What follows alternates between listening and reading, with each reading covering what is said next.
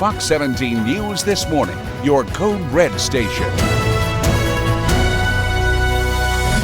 Right now on Fox 17 News is Friday morning. We have continuing coverage of the tornado that rocked the mid-state, forever changing lives. Live reporting on different communities and how they're investing in the ongoing recovery process. And we have another calm and quiet day for us, but rain is in the forecast. I'll let you know when it arrives coming up. Good morning to you on this Friday. Thanks for starting your day with us on Fox 17 News This Morning. I'm Jennifer Waddell. And I'm Erica Glover. Let's get right to our top story new this morning. In Operation Crime and Justice, we go to Putnam County, where sheriff's deputies there have charged Ashton Sensing with murdering his girlfriend's 2-year-old child. A heartbreaking story here. Deputies say back on December 2nd, Sensing admitted to throwing the child into a wall as he was babysitting. Investigators, though, did not arrest him that day. They got an arrest warrant December 6th and spent the next week trying to find him. Right now, we continue our coverage after the destruction of this past weekend's tornadoes, and a lot of families have now spent close to a week without power. Nashville Electric Service steadily working to get everybody back up and running, and even though running into severe damage to the power substations. Fox 17 News' Justin McFarland is joining us live this morning over in Madison with the very latest on the progress. Justin. Yeah, good morning. So what we've been able to find out overnight is that NES is reporting that 137 customers are still without power. But if you consider where they started, that is a long, long way. And it's in the large part thanks to the armada of trucks back here behind me at the Lowe's here in Madison. You can see trucks from all over the country. As a matter of fact, utility companies have come in from places like Indiana, Kentucky, Ohio, and Georgia just to help out with this effort, but there's still a lot of work to do. Now, as of last night, I can tell you that not far away from here in the city of Hendersonville, they reported that every single customer in Hendersonville that can have power does have power. They're in Hendersonville. That's what they reported just yesterday. There's also a new report coming in from a local business here in the Madison area. Good news, Gallatin Pike has now reopened here in Madison. It had been closed for several days. They were able to reopen that recently. We're going to tell you more about that coming up here at around 4:30. For now, we're live for you this morning in Madison. I'm Justin McFarland, Fox 17 News, your Code Red station. Hey there, good morning, Brett. How are you? Good morning, Erica. I'm doing pretty good. It is cold, though, out there this morning. But good news, this week, really, the entire week, we've had very good weather for any of those crews out there helping with that recovery effort from the tornadoes. Calm and quiet. We are looking at some rain that's heading our direction. Also, some more rain should begin to build in from the south, too. But we still have to wait on it for a little bit longer. Current temperatures, they're in the 30s for most locations. Some areas only in the upper 20s, though. 28 Columbia, 28 also in McMinnville early this morning. 36 in Clarksville. We are right at freezing. Right here in Nashville, we are at 32 degrees. So for this morning, 7 o'clock, 34. Not going to be warming up a whole lot. 58, we are warming up. That's noon temperature right there. And then by 5 o'clock, a little bit more cloud cover. Temperatures should be in the mid-50s. And I think overall, today's shaping up to be a really nice day for us. Mostly sunny skies throughout most of the day. More clouds, though, the later part of the day. Lower 60s for us this afternoon. 61 degrees for the high. Saturday and Sunday, we start to drop off just a little bit. 60 degrees on Saturday. There's that better chance for some showers later in the day Saturday. That's going to carry on over into Sunday too. A 60% chance for some showers on a Sunday. Might see a few flurries over there in our far eastern counties. No accumulation expected. 48 on Monday, mid-40s on Tuesday, and then Wednesday and Thursday we are in the low to mid-50s. Brett, thank you. Please, no accumulation, okay? Checking into your steer-clear traffic at 403 out near the airport. Already seeing a little bit of a backup there. No surprise. It's a busy start to the weekend, so give yourself a little bit of extra time if you're heading out to the airport. Live look right here, I-40 Donaldson Pike. Right now in Operation Crime and Justice, a story with some disturbing details. Criminal charges are now pending against a couple who Metro Police say beat their son because he wanted to convert to Christianity. The parents are on the far left and in the middle. Metro Police responded to a call for a welfare check when they found the teenage boy with lumps on his face. He ended up going to the hospital for treatment. His mother, Rawa Kawaji, the father, Nick Kadam, and son, John Kadam, all arrested on charges of assault and bodily injury. We are told the teenage boy is safe and right now, as of this morning, is staying with a foster family. It's 4:05 right now, and Fox 17 News will continue our coverage this morning of the cleanup efforts here in the mid-state after the tornadoes as we approach 1 week later. We're going to take you live to Robertson County, and we're asking the question as to why Springfield was left off of the list for federal disaster aid. And Fox 17 News showing you a sky eye look of Broadway. Certainly not as busy as it's going to be in just a couple of hours. Checking that weekend forecast in just a couple of minutes. Happy Friday. These At 4:07, Fox 17 News, we are continuing our coverage this Friday. After Robertson County, we talked about this yesterday, was left off the list when it comes to federal funds in Middle Tennessee after the tornado damage. Yeah, so we were curious as to what happened there. Fox 17 News' Kylie Walker joining us live in Springfield this morning, where an EF2 tornado left a lot of damage. That's right. Davidson, Dickson, Sumner, and Montgomery counties were all approved for those federal funds by the president. But I'm going to step out so you could see Robertson County. They were not on that list, as our anchors just mentioned, but there's significant damage here as well. Now, this is where we saw upwards of 120 mile-per-hour winds, with both businesses and homes getting wiped out. So we asked FEMA why this area was left off that list. Sure, and that's part of the damage assessment process. You know, we've got folks in the field that are working hand in hand with the state to do these damage assessments in these communities, and it's just a step-by-step process. So they'll get there, they just haven't. Potentially. Now, if you were a victim in some of these counties that were approved, there are 3 ways to apply for funds. That's through the FEMA app, there's a 1-800 number, and through disasterassistance.gov. Now, coming up in the next half hour, we also ask FEMA, how are you protecting these federal dollars and also watching out for scammers? We're going to have all those details again in the next 30 minutes. For now, live in Springfield, Kylie Walker, Fox 17 News, your Code Red station.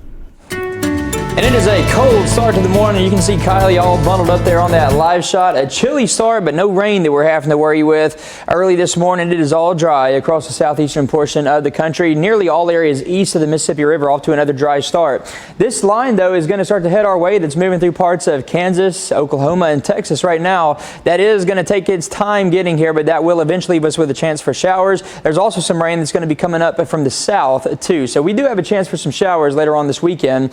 Temperatures right now, though, at or below freezing for a lot of areas. We're at 32 right here in Nashville, 33 up there in Clarksville, same for Murfreesboro, 28 in McMinnville. It's 36 degrees, a little bit warmer coming in over in Crossville. If you have any outdoor plans later on today, today's shaping up to be another really nice day for us. Mostly sunny skies. A few more clouds, though, begin to build in by later this afternoon. Temperatures throughout most of the afternoon, upper 50s and lower 60s. We were able to reach to the lower 60s yesterday. I think we're going to be back in the lower 60s today. And then we're going to drop down a little bit for Sunday. 54 high temperature on Sunday. We are looking at a better chance for showers this weekend, though, starting later in the day on Saturday, continuing off and on into Sunday. Could see some thunderstorms Saturday night and the early Sunday morning, mainly along and west of Interstate 65. The good news, though, no severe weather associated with any of this. All right, Brent, that's great news. Thank you. Steer clear traffic time right now. 4:10 is your time, and a live look west of Nashville. This is where the truckers like to pull over and sleep on the big shoulder there. This is I-40 at White Bridge Pike. No problems coming in or out of Nashville from west of town. Your Bellevue commute looking great. If you're coming in this morning from Dickson or Kingston Springs, that's great too. Really no big problems on the interstates, no crashes. The only delays that we're seeing are a little bit of a backup over by the airport. Coming up, the search continuing this Friday morning for 2 teenagers who police say carjacked a woman. The age of one of the children already in custody might surprise you. And new pictures this morning of that Clarksville tornado that carved out the landscape there. We're going to take a closer look here in minutes.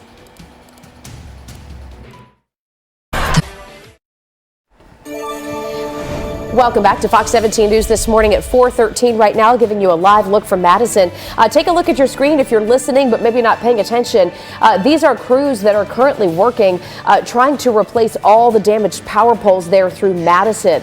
This is just down from the big Ford dealership there on Gallatin Pike, and the crews working hard to repair all of the damaged power poles. So we're just giving you that active live shot this morning to show you that the work happens 24/7.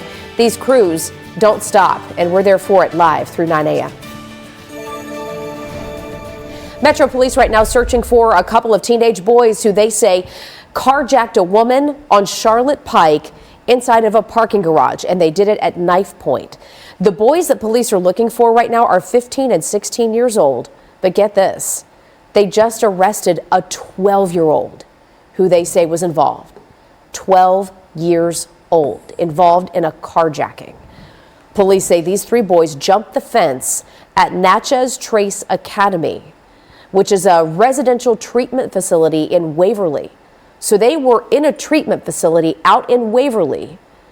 They stole a car, made it to Nashville, and then police say carjacked a woman on Charlotte Pike. We've got this story for you at fox17.com. If you want to zoom in on these pictures, maybe you can help police. At 4:14, Fox 17 News, we are getting some more images showing you a better perspective of just how massive the Clarksville tornado truly was. Right behind me here, you can see some of the scars that are on the ground, and the photo is a little pixelated, but we're zooming in on these areas right here, showing you the areas where that EF3 tornado just tore through this part of Clarksville, not to mention all the destruction in these areas right up there. Now, the National Weather Service also letting Fox 17 News know that that tornado stayed on the ground for 43 miles. And this area, Clarksville, is right outside of Fort Campbell. The Red Cross says the deadly tornado displaced about 250 U.S. Army families assigned to this post. This was the strongest tornado of the December 9th outbreak. So we're getting some more updates, and we're also hearing from Brett Luna about what happened and the weather today moving forward with the volunteers. Yeah, so we've got Brett joining us now live to talk about, where we go from here, right? And we've been talking all week about how thankful we've been to have this good weather to get this work done. It has been fantastic weather, no rain, a lot of sunshine too. It's been warmer. The mornings have been cold, but the afternoons have been warm for any of the work. Yeah. So you really couldn't ask for much better weather after the bad weather that moved through. Now, my question for you is this. For folks who might be waking up with us and watching and listening, is there a timeline by which people need to have the tarps up because of the rain? I would say that probably late Saturday afternoon, we'll start to see that rain chance finally arrive. So late Saturday afternoon. Okay. So that's what we're looking at. All right. It's going to arrive, I think, starting out in our more western areas. And then we're going to start to see actually another system move up from the south. And that's going to leave us with a rain chance as well. I'll show you all that on a future track. Here's your live shot over Broadway. It is a calm and quiet start to the morning. The good weather is going to continue for us today. But we are off to another chilly start. 32 degrees. We're right at freezing here in Nashville. Here's some of the rain that is going to be working its way to us. That has to keep on moving, though, in from the west. That'll finally arrive by later Saturday afternoon. Temperatures right now for everybody else, we're in the 30s for most spots. Some areas in the 20s, 28 McMinnville, 28 as well down in Columbia. So here we go, timing it all out for you on future track. Not expecting anything for the rest of today, but that line out west is going to move in by late Saturday afternoon. We're also going to see some moisture move in from the south, too, and that's going to help keep that rain chance around with us as we head on throughout the day on Sunday. Rainfall totals aren't all that impressive. I think this model is actually overdoing them just a little bit. In general, I think we're about 7/10 of an inch or lower for most areas. So this is not going to be a whole lot of rain for us on Saturday and Sunday, but that rain chance is going to be there. So temperatures in the mid-50s on Sunday. We are a little bit cooler. Some of these overnight temperatures as we head on into early next week are going to get pretty chilly. Upper 20s for us Monday night into Tuesday morning. Tuesday high of only 45. Alrighty, Brett, thank you. Steer clear traffic time right now. Still all quiet on the home front for traffic. This is I-24 at Bell Road. That morning commute in from Murfreesboro, Smyrna, Laverne, Antioch, looking good right now. In fact, for whatever reason you have to get up this early and hit the road, just want to reassure you, you've got no traffic troubles out there in the mid-state. In national news, the U.S. government appears to be increasing their use of artificial intelligence. AI, we always talk about it. This does come, though, despite warnings about what could happen if AI does not behave. Fox News correspondent Mark Meredith with more. From tracking America's sea lion population to analyzing how people cross the border. A new GAO report finds the federal government is using artificial intelligence and plans to expand its use even as the technology develops in real time. AI has massive potential to change the way the government does business. Researchers say of 23 federal agencies, NASA uses AI the most. While on Earth, AI also helps Commerce, Treasury, and Homeland Security employees accomplish their missions. It's assistive technology, so it's helping people do their job a little bit better. It's not replacing people. But the Government Accountability Office says rules for AI use are needed quickly. It's urging the government to, quote, have safeguards to manage AI's complexities, risks, and societal consequences. Thank you. In October, President Biden signed an executive order requiring federal agencies develop guardrails on AI use by next year. The order also requires AI developers notify the government if their products impact national security. There's no greater change that I can think of in my life than AI presents as a potential. This month, the European Union reached a tentative deal on AI regulations. A final vote comes next year. While here at home, Congress is still considering legislation. Industry experts say lawmakers should tread carefully, though, because strict regulations could put the U.S. at a disadvantage. Everything is moving really fast here, and other countries are moving fast as well. When you put all that together, it's a very difficult, challenging landscape. The GAO did not look at the Pentagon's use of AI for this report, and not every government agency is even using AI yet. For example, the Department of Housing and Urban Development, the Nuclear Regulatory Commission, and the Small Business Administration say they've yet to deploy AI in their operations. In Washington, Mark Meredith, Fox News. Mark, thank you very much. Right now, in a stunning reversal, the European Union has announced they will start talks that are geared toward accepting Ukraine into the EU. And we understand this decision must be unanimous among the UN Union's 27 members. Hungary's president vehemently opposed, but he abstained from the vote, clearing the way for the talks to go ahead and begin. Back here at home, we're looking ahead to Sunday. The outlook for the Titans and Will Levis as our team is going to go up against the Texans right here on home turf. And a busy weekend for the Predators. The games that will have fans following along 2 days in a row on the ice.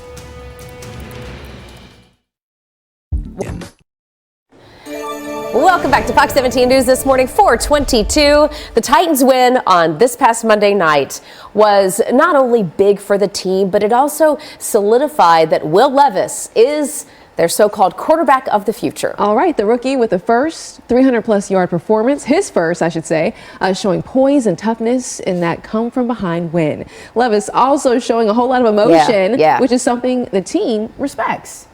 We're all excited. See him go out there and take charge, make big plays, make big throws, be himself. Love it. He's a hell of a competitor. And it was really cool for me to be able to see him, to see our offense go and go down there and execute. He's wild. I mean, I love seeing him pumped up like that. I know. Well, because that kind of energy, right, is contagious. Yes. So the Titans will be rocking their throwback Oilers jerseys against the Texans Sunday. Love that look. And that's the topic of our viewer poll. Do you like the throwback jerseys? The poll right now is live, and for the most part, all of you say, yeah, you love them too. 74% saying, yep, I dig them. 200 votes so far. It's open this morning.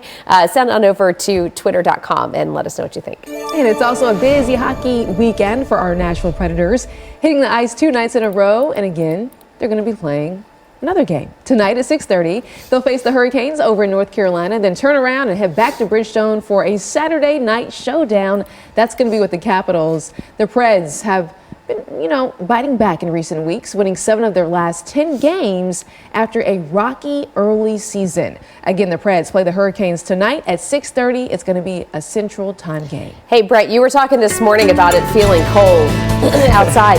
So temperature 32 degrees, but Brett, why were you cold this morning? Oh, man, I got a whole story. It involves a couple of things. My heat only halfway works, and then the back window came undone on my Jeep coming up on the interstate for about 30 minutes. I was freezing. The back of my neck was so cold. My banana that I just ate was stone cold. Poor Brett. It was cold all around. But hey, today we're going to warm up pretty nicely though. 61 degrees, our high temperature later on this afternoon.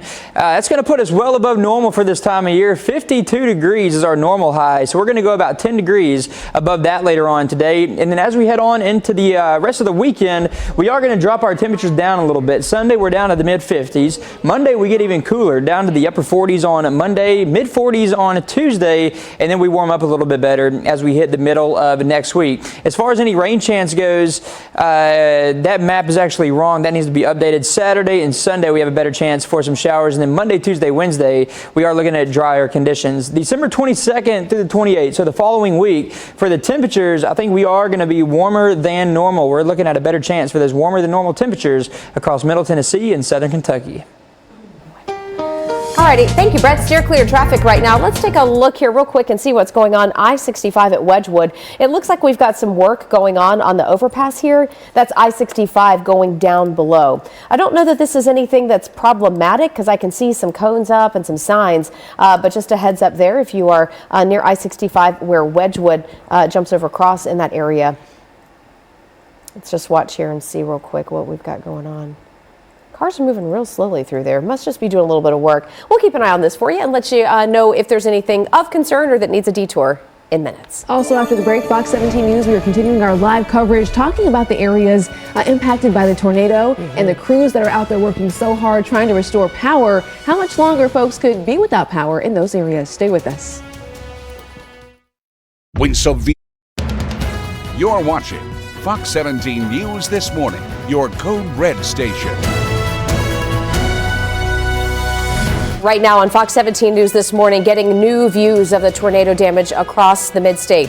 And we continue our team coverage as so many communities are now working to clean up and try to put back the pieces right here before Christmas. We're taking a closer look at how communities and how the federal government are investing in those cleanup efforts. And it's just another calm and quiet start for us this morning. Not looking at a whole lot of cloud cover. We're going to stay pretty sunny later on today. A few more clouds build in, and then we're also going to be talking about a rain chance as we head on into the weekend. I'll time that out for you coming up. And Fox 17 News showing you live looks for your steer clear traffic updates. Checking in near the airport where traffic is already starting to back up, where you need to give yourself some extra time and hopefully have a great start to your Friday. That's what it's all about. We're here to make sure that you get where you're going safely and on time. Hey, thanks for waking up with us here on a Friday morning for Fox 17 News. I'm Erica Glover. And I'm Jennifer Waddell. Glad to be your live local news source. Always here for you through 9 a.m. We start this half hour with the stories of families here in the mid-state that have now spent almost a week without power. So many people without even a home, a roof over their heads. And Nashville Electric Service, along with many other contracted providers, have been working 24/7 for almost a week now, trying to get everybody back online. Oh yeah, and Fox 17 News' Justin McFarland joining them out there, watching every step. He is in Madison, and you have a progress report. Yeah, good morning. It is happening right here behind us. You may be able to see that drill hard at work back here behind us. As a matter of fact, I'm going to be quiet for just a moment. Maybe, just maybe you can hear it. That is the sound of the drill, if you can hear it there, grinding away at the rock below, trying to break ground so they can put in a brand new power pole here in Madison. This is just outside of the Lowe's on East Campbell Road. They've been at this now. Well, we've been watching them for about an hour. Who knows how long they've actually been out here doing this. We know that this is where that EF2 storm came sweeping through and knocked down a substation as well as 180-something power poles across the region. But there is some progress to report. NES says there's only 137 customers right now without power. Hendersonville says everyone in their community who can have power does. And just across the road from here is the Town and Country Ford. Take a look at something they put up a short time ago. They're letting all of their customers know that the Gallatin Road area that had been shut down for days is now back and fully open. That is something that has been plaguing this area as far as traffic is concerned over the last few days. Thankfully now that road is back up and open so people can come and go as they please. As far as the reconstruction is concerned, well, there's a couple of things. There is trying to get the power back on and then try to replace the infrastructure. So the power is back on for the most part, but power poles, lines, transformers, things like that, that's going to take weeks in order to get fully repaired. We're live for you this morning in Madison. I'm Justin McFarland, Fox 17 News, your Code Red station. And, you know, Justin, to your point about that, don't be surprised if, as we go forward, there are more intermittent power outages. A lot of times these power companies will have to drop some homes off of a line to drop the power so they can do work to restore more people. So just kind of have that in the back of your mind that if you lose power again over the next, couple of weeks, it might be for that reason. Well, you can get more local reporting just like what you heard delivered right to your inbox every single morning by simply signing up for our Fox 17 News daily newsletter. You can do that by heading here. What we're showing you on your screen is the homepage. Again, that's fox17.com. Another calm and quiet start for us here in Middle Tennessee and Southern Kentucky. No active weather that we've had to worry about today. Here's your live look over Broadway, and it is another quiet night out there on Broadway. 4:32 the current time, and our temperature is right at freezing in Nashville. 32 degrees is where we're at, mostly clear. We're going to keep it pretty sunny as we head through the rest of the day. A few more clouds build in later on today, though. This line that you see on radar way back to the west of here, moving through parts of Kansas and Oklahoma, that's going to keep on moving east, and that will bring us a rain chance, but we still have to wait a little bit longer on that. We're also going to have a rain chance start to arrive from the south as well. That's going to keep that rain chance going on into Sunday for some locations. Current temperatures in the 20s and 30s, most spots. 25 McMinnville, one of the cooler spots. 32 Tullahoma, same for Lewisburg. 27 in Lebanon. We're at 33, just a degree above freezing in Clarksville. Later on today, I think it's shaping up to be a pretty good one, and mostly sunny skies for us most of the day. 58 your temperature by noon, and then by 5 o'clock we'll have temperatures into the mid-50s. More clouds move in, though, for the later part of the afternoon. That rain chance goes to a 50% chance for showers on a Saturday. Could see a few thunderstorms Saturday night into early Sunday morning. No severe weather for us, though, so that is at least some good news. 54 on Sunday. Rainfall amounts are going to stay fairly low. I don't think this is going to be a big soaking rain that we get for the weekend. And then we're cooler as we head on into next week. Temperatures in the upper 40s. Monday will be in the mid-40s on Tuesday. Okay, pack your poncho for Titans game on Sunday. Hey, we're checking in now. I told you about that airport backup. Here it is at 433 I-40 Donaldson Pike. You can already see that exit to get off. It is starting to see a brake check. So if you are picking someone up, maybe you're heading out to catch a flight this Friday, just keep that in mind. We're going to continue checking in on your traffic updates here on Fox 17 News up until 9 a.m. It's 4:34 right now. Community groups and neighbors throughout Tennessee are banding together. They're doing everything they can, from gathering supplies to showing up and doing work to help these tornado victims. And this has just been the most inspiring part of the process here, is just to see the kindness from strangers showing up for their neighbors. The Tennessee way, we've been talking about that. Fox 17 News' Peyton Muse joining us live in Clarksville over at Mosaic Church, where a lot of folks are meeting up this week. Good morning, Jen and Erica. So Clarksville, as we know, got hit the hardest with an EF3 tornado at wind speeds of up to 150 miles per hour. Now, Jen, you mentioned this earlier. It is very inspiring to see the amount of people that are coming together, strangers, organizations. Like right behind me, we've got the Mercy Chefs that are here, and I think that's a food bank over there at the Mosaic Church to just help those in Clarksville in need right now. And the church has received so many donations, from clothes to food to blankets. They're taking donations, but are asking people to donate to Yapank. It's on 1255 Paradise Hill Road, Suite A in Clarksville. YAPAC is a place that has become a central hub for distributing items to the community as people that have needs. And so we want to encourage everyone to not bring donations here moving forward. Yeah, so you heard that right there. The church is asking people to not bring any more donations here, but to YAPAC. They're the hub for donations right now for Clarksville, and it's going to help all of any supplies that you bring. They say it's going to help in the months to come, because this is not a process that is going to be done overnight. We have a lot of months to go and a lot of recovery still left. Now, on our website at fox17.com, we have a list of ways of how you can help throughout Tennessee, not just here in Clarksville. We know Hendersonville was also hit very badly, along with Madison. So stick with us right now for live in Clarksville. I'm Peyton Muse with Fox 17 News, your Code Red station. All right, Peyton, thank you so much. Fox 17 News has teamed up with the Salvation Army to help so many people impacted, and we're glad to be able to do this. So if you look at the QR code on your screen right now, a super easy way for you to get involved. You scan that QR code with your smartphone camera. It'll give you a link. That link takes you directly to the Salvation Army so that you know your donation is secure and it's going to the people who need it the most.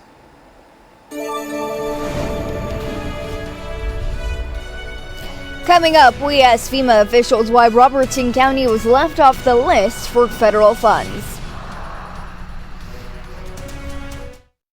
Stay connected.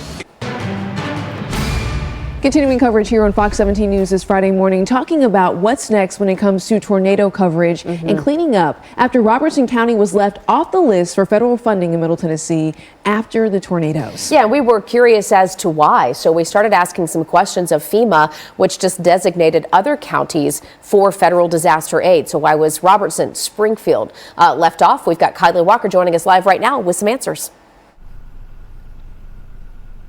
That's right. Dickson, Davidson, Sumner, and Montgomery counties were all on that list. Those funds approved by the president. But of course, as you just mentioned, we didn't see Robertson County, although we did see significant areas. I'll step out so you can see what we're looking at here that saw quite a bit of damage. Now that's a home. We had 120-mile-per-hour winds ripping through both homes and businesses here. So we asked FEMA officials why, and they tell Fox 17 News part of the damage assessment process is that they have crews out in the field working hand in hand with the state to do assessments in these communities. We then asked, will Springfield get there? And we were told, potentially. When I guess the federal government's involved in one of these operations, we want to make sure that our money is being taken care of. How do you make sure that people are real victims? Part of the application process and the FEMA, process for getting relief is we come out and do a damage assessment. So after you apply, FEMA will contact you and they will send an inspector out to verify that damage. Now, if you fell victim to any of these disasters and the federal funds were approved in your area, all you have to do is go to apply through their FEMA app. You can download that on your iPhone or through their 1-800 number. And lastly, the government website, which we have pulled up on your screen. For now, live in Springfield, I'm Kylie Walker, Fox 17 News, your Code Red station. Kylie, thank you. We have breaking news and steer clear traffic right now, so we want to draw your attention to I-24 at Briley Parkway. This is in Antioch. We just caught a crash that happened here, and there's people and perhaps stuff all over parts of the interstate. So just bear with us as we kind of walk through this. I do want to let you know this is I-24. It looks to be in the inbound lanes to Nashville, but here's the thing, it's so new, TDOT hasn't even given us a locator on it. Our executive producer Mel was helping us in the back and she happened to spot it. So we've got this box truck up against the inside barrier. And Erica, what can you see over there in the grass? Just someone walking around there trying to figure out what's going on, picking up some of that debris, and of course the flashing lights as they work to fix this scene. Yeah, so the car's off to the right, again, I-24 at Briley Parkway. I'm going to ask our EP Mel, are you seeing, is that debris in the grass or is that something else? Can you tell? I'm trying to see if stuff has been like thrown through the grass, if that's what people were looking for. Maybe? All right. Okay, so we can see quite an active scene here. We'll monitor this for you and give you a detour if needed. And no weather that we are going to have to worry about for today. It's going to stay nice and quiet. Radar keeping us all dry right now. We do have rain on the way. We just have to wait till this weekend before that arrives. Current temperature is off to a chilly start. Upper 20s, lower 30s for a lot of locations. So it is a cold one again for us here in Middle Tennessee and Southern Kentucky this morning. Temperatures later on this afternoon, though, we are looking pretty good. Upper 50s throughout most of the day. I think we top out in the lower 60s. And then by this weekend, the rain chance begins to increase on Saturday. Could see maybe a couple of storms late Saturday night and the early Sunday morning. The good news, though, no severe weather with this round of rain that's moving through this weekend. Brett, thank you. Coming up on Fox 17 News, a jury will decide what Rudy Giuliani has to pay to Georgia election workers why the payout could financially ruin him. And we know the holidays are a time for family, but it can also be tough on your both physical and mental health. So we've got some advice from experts on how to stay in good spirits. Merry Christmas and happy. Hey, welcome back. We know that jurors begin deliberating on how much time Rudy Giuliani must pay for when it comes to falsely accusing 2 former Georgia election workers of ballot fraud. All right, so they're asking for tens of millions of dollars for starters. All right, that's how much they want in all this. The former New York City mayor made the accusations while trying to keep former President Trump in the White House during the 2020 election. Giuliani also facing criminal charges related to that effort. His lawyers told jurors that that amount of money these 2 women are asking for would financially ruin him. Switching gears here, with temperatures dropping and also people, trying to stay indoors, it can be difficult to avoid seasonal illnesses like COVID-19, the flu, RSV. Yeah, and of course, it's a busy time of the year, so you probably have parties and all that good stuff, whether it's at work or with the kids' school. So we know this time of year can start to take a toll on our well-being, but there are so many things we can all do just to make sure that everybody stays healthy this season. Fox News' Gary Barkermanton, I think I pronounced that incorrectly, but we're going to go with it, is reporting on how you can stay healthy. It may be the most wonderful time of the year, but it can also be one of the most stressful for your mental and physical health. We expect to see increases in things such as influenza and COVID, and we are seeing that according to the latest data. We've also seen quite a bit of RSV. And while it's a season for gifting, the last present you want to give or receive is an illness. We're more likely to share respiratory infections if we're coughing or sneezing just because we're so close to other people. Besides frequently washing your hands and wearing a mask when traveling on public transportation, some medical experts also recommend you get your annual flu and COVID-19 shots before going to a holiday party. You need to go through your insurance provider now for your COVID vaccine. So whereas before the federal government paid for everyone to get their COVID vaccine wherever they want it to go. But with all the gatherings this season, it can be easy to spread yourself too thin. Ask yourself some important questions. Do I have the bandwidth to attend this event? How will I feel if I attend the event? How will I feel if I don't attend the event? And the answers to those questions can guide you in terms of determining where you want to allocate your time. All the hustle and bustle can also be tough on children. Talking to your children about cognitive flexibility and the need sometimes to pivot to other things or to do things a little differently so that you can fit in as a family all of the events. Gary Baumgarten, Fox News. All right, Gary, thank you. 4:48 right now. Check this out. Hundreds of boats light up the night off the coast of Newport Beach, California. Part of annual traditions. They've been doing this. When we say annual tradition, we mean it. 115 years is how many years they've been doing the Christmas boat parade. They just kicked off there with all kinds of big, look at those yachts. Yeah, all lit up. And so much more. Hundreds of spectators making their way to see the harbor, this area right here, to see the dazzling decked out boats and fireworks. The boats are going to make a nightly cruise every day through Sunday, December 17th. So maybe you're going to be out in that area. You're traveling for the holidays. Yeah. Check it out. Also, I hate to say it, but you missed the one in Hendersonville. They do this in Hendersonville every year. Oh, yeah? Oh, yeah. On Old Hickory Lake. And you know what? I'll share some pictures of it because I've got some pictures from the one this year. I want to go to that. It's incredible. Maybe next year. We're also checking in with your Steer Clear traffic update, monitoring the situation. Antioch inbound to Nashville on your screen. Lots of flashing lights. A car pulled over in the shoulder there, I-24 Bradley Parkway. Jen, what are we seeing? Because we were trying to figure out, is there kind of debris? We see plenty of folks walking around. Yeah, you know, this is a really interesting scene. So we've got a box truck that looks to be involved on the far left concrete barrier. We've got a car that has left tire tracks and skid marks going into that grassy area off to the right. It looks like a lot of people are moving around. We've got two more cars that are now pulled off on the side of the road. I don't know how or whether they're involved, but a lot of police as well. So definitely an active scene here. As Erica mentioned, inbound on I-24 at Briley Parkway in Antioch. We'll monitor this and let you know if you need a detour coming up in the next few minutes. Right now, though, we are going to check in with Brett Luna because yesterday, the sunshine, the temperatures, man, it was fantastic. So how long is that going to continue? You know, we're going to hold around the sunshine for a good bit today, too. Mostly sunny skies. Yesterday was great, like you said. Today's going to be another awesome day if you have any outdoor plans. And then finally, by the weekend, we start to bring in a little bit better chance for some showers.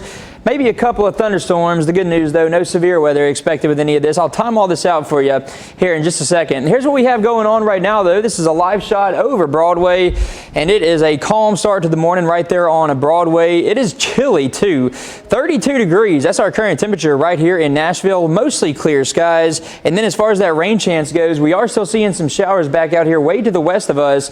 This is going to keep on moving east, and that's going to leave us with a better rain chance as we head on into the weekend. We're also going to have a system move up from the south, and that's also going to bring in moisture from the south too, along with that moving in from the west. Current temperatures in the upper 20s, lower 30s for a lot of spots. 27 McMinnville, 29 in Lebanon, Gallatin at 32, 33 in Clarksville. Again, we are right at freezing, 32 degrees right here in Nashville. So no rain expected for today. Mostly sunny skies. Later on today, we are going to increase that rain chance some. Then a rain chance builds in from the south. So we are looking at a chance for some showers starting this Saturday afternoon. That'll continue off and on as we head on into Sunday. Rainfall amounts aren't going to be all that impressive, about 7/10 of an inch or less for most areas. And then we are cooler heading on into next week with temperatures in the upper 40s Monday. Brett, thank you. Trevor Noah is set to return to host the 66th Grammy Awards ceremony. Happening for the fourth year in a row now for Trevor Noah. The biggest night in music, as they say. Singer SZA leads the ceremony with 9 nominations, marking her second time being nominated for Best Record, Album, and Song in the same year. Phoebe Bridgers is the second most nominated with 7. We have Taylor Swift, Billie Eilish, Miley Cyrus, just to name a few, who have earned 6 nods each. The 2024 award ceremony happens February 4th. In your health headlines this Friday morning, the first pill to treat postpartum depression is now available here in the U.S. Zurzuvae was approved by the Food and Drug Administration back in August to help treat the 1 in 7 women who battle postpartum depression. But it comes with a hefty price tag. Yeah, nearly $16,000 per course before insurance. Wow. Okay. It's been given as 2 pills a day for 14 days. There is an IV version, though, of the medication that has been available, but it's even more expensive, $35,000. I mean, who can do that? My goodness, no. You know, postpartum depression is such a serious thing that so many women try to work through. And to make a drug like that promises help and then to make it unattainable for the women who need it the most, man, that they're going to have to get that. They're going to have to get that more available. Oh, sure. So coming up, find out what breed dog owners think is best in Tennessee. I think we have a few biased people here. And the Biden administration enforcing a rule when it comes to drug companies. That's interesting as well. How this could impact Medicare. Happy Friday. Stay with us. Alerts empower. Welcome back to Fox 17 News this morning. It is 4:55 right now. Live look into Nissan Stadium here to kick off a Friday morning. I know a lot of folks are looking for something positive for the weekend, and this is going to be something that we can all embrace. The Titans play at home this Sunday. It's a noon matchup against the Texans. We're riding on some really exciting mojo and vibes for the Titans after the win on Monday Night Football. So looking forward to that coming up this Sunday. Hey, there is a new survey aiming to find out what breed is the top dog, okay? It's Forbes Advisor asking this question to 10,000 dog owners. Okay. What breed of dog is perfect for you? And that's going to vary person to person. Of course, yeah. But as it goes in this study, German Shepherds scored #1 really in most states. By the way, that does include Tennessee, where folks here in Tennessee overwhelmingly said the German Shepherd would be their perfect dog. Now, for people who live in California, Florida, and Texas, the #1 dog in those states is the Bernese Mountain Dog. Okay. All right. The most popular answer, though, overall in the survey is probably truly the most accurate, and that is that no breed in particular is the best. It just depends on, you know, what your needs are. Are you getting a dog for protection, or just to have a little lap dog? Brett, I know you have talked before about wanting to get a dog. If you could choose Your perfect dog, what would that look like? You know, I agree with the 2 on that list. I love those Bernese Mountain Dogs, German Shepherds. I also love Collies, though. I think Collies are great dogs. They're good little hunting dogs, too. Yeah, and you know, like you said, though, any breed. Yeah. I just love all dogs. We're doodles over here, doodle fans. All right, well, hey, today's going to be a great day if you have any outdoor plans with your dog at all today. 61 degrees for your high temperature today. Average high this time of year is 52, so we are looking at a really nice day, warmer than normal. We're going to stay warmer than normal for tomorrow, too, but then temperatures by Sunday, we start to drop down. And then Monday and Tuesday, it is going to start to feel a lot colder. 48 degrees for us on Monday, 45 the high temperature for Tuesday. That rain chance is also going to bump up this weekend, too. A 50% chance for late afternoon showers. That's going to carry on over off and on into Saturday night and Sunday morning, and then even into Sunday evening as well.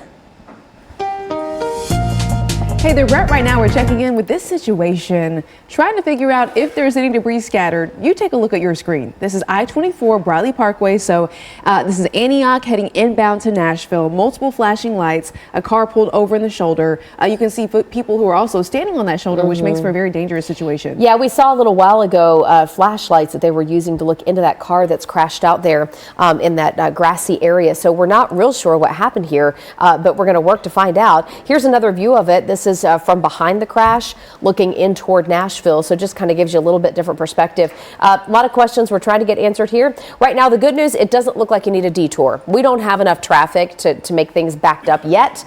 But if this continues for the next 30 to 45 minutes, we could have real issues. So we'll monitor it for you.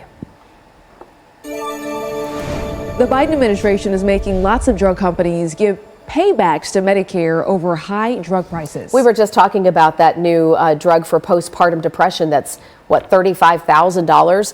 The administration is saying now that dozens of pharmaceutical companies will have to give Medicare rebates because some drug prices were raised faster than inflation. The administration says that prices for 64 different drugs rose faster than inflation in every quarter of last year. And who do you think was making money here? Who was pocketing all that money? It was the pharmaceutical companies. 48 drugs that were covered under Medicare Part B increased above the inflation rates over the last quarter. There are some seniors who could be saving, $2,700 per dose on certain drugs, and they've just been raked over the coals with this. So the government stepping in and saying that these pharmaceutical companies have got to give those rebates. In your entertainment headlines now, the American Girl doll. Do you remember those dolls? Well, the brand is now coming to the big screen. So we're giving some updates about what this means. It's like Barbie 2.0. Yeah. In the form of American Girl. Mattel says a live action movie based on these dolls is in the works. Lindsay Anderson Beer is set to go ahead and write the screenplay and produce this. She says she had an American Girl doll growing up and that felt almost real. After the billion-dollar success of the movie Barbie, Jen, to your point, producers are hoping for another blockbuster. Stay with us. 5 o'clock hour starting right now. You're watching Fox 17 News This Morning, your Code Red station. Good morning, 5 o'clock right now on Fox 17 News This Morning, and we continue our coverage of the tornado swarm that rocked the mid-state, changing lives forever. Live reporting on how our communities are investing in the recovery efforts, live through 9. And it is another calm and quiet start here for us in Middle Tennessee and Southern Kentucky. We do have rain in the forecast, though. I'll let you know when that arrives and how much you can expect coming up. A lot to get to, but what's first, we want to thank you for waking up with us here on a Friday morning for Fox 17 News. I'm Erica Glover. And I'm Jennifer Waddell. Glad to be your live local news source, always here for you through 9 a.m. And we'll get to our continuing coverage of the tornadoes in just a moment. But first, a sad story in Operation Crime and Justice coming to us from Putnam County, where sheriff's deputies have arrested and charged the man here behind us, Ashton Sensing, with killing his girlfriend's 2-year-old. Yeah, deputies say back on December 2nd, he admitted to throwing the 2-year-old into a wall as he was babysitting. Investigators did not arrest him that day, though. They instead got an arrest warrant December 6th and then spent the next week trying to track him down. My goodness. 5:01 right now, and continuing coverage of the deadly tornadoes in Middle Tennessee, approaching 1 week now almost since many families' lives were changed forever. And here we are, almost a week later, and Nashville Electric Service is steadily getting more people back online with power. Right now, Fox 17 News' Justin McFarland is checking in on their progress and has a live update from Madison. Yeah, good morning here in Madison. Things are certainly up and going already at 5 a.m. Take a look back behind me. You got a couple of different things going on.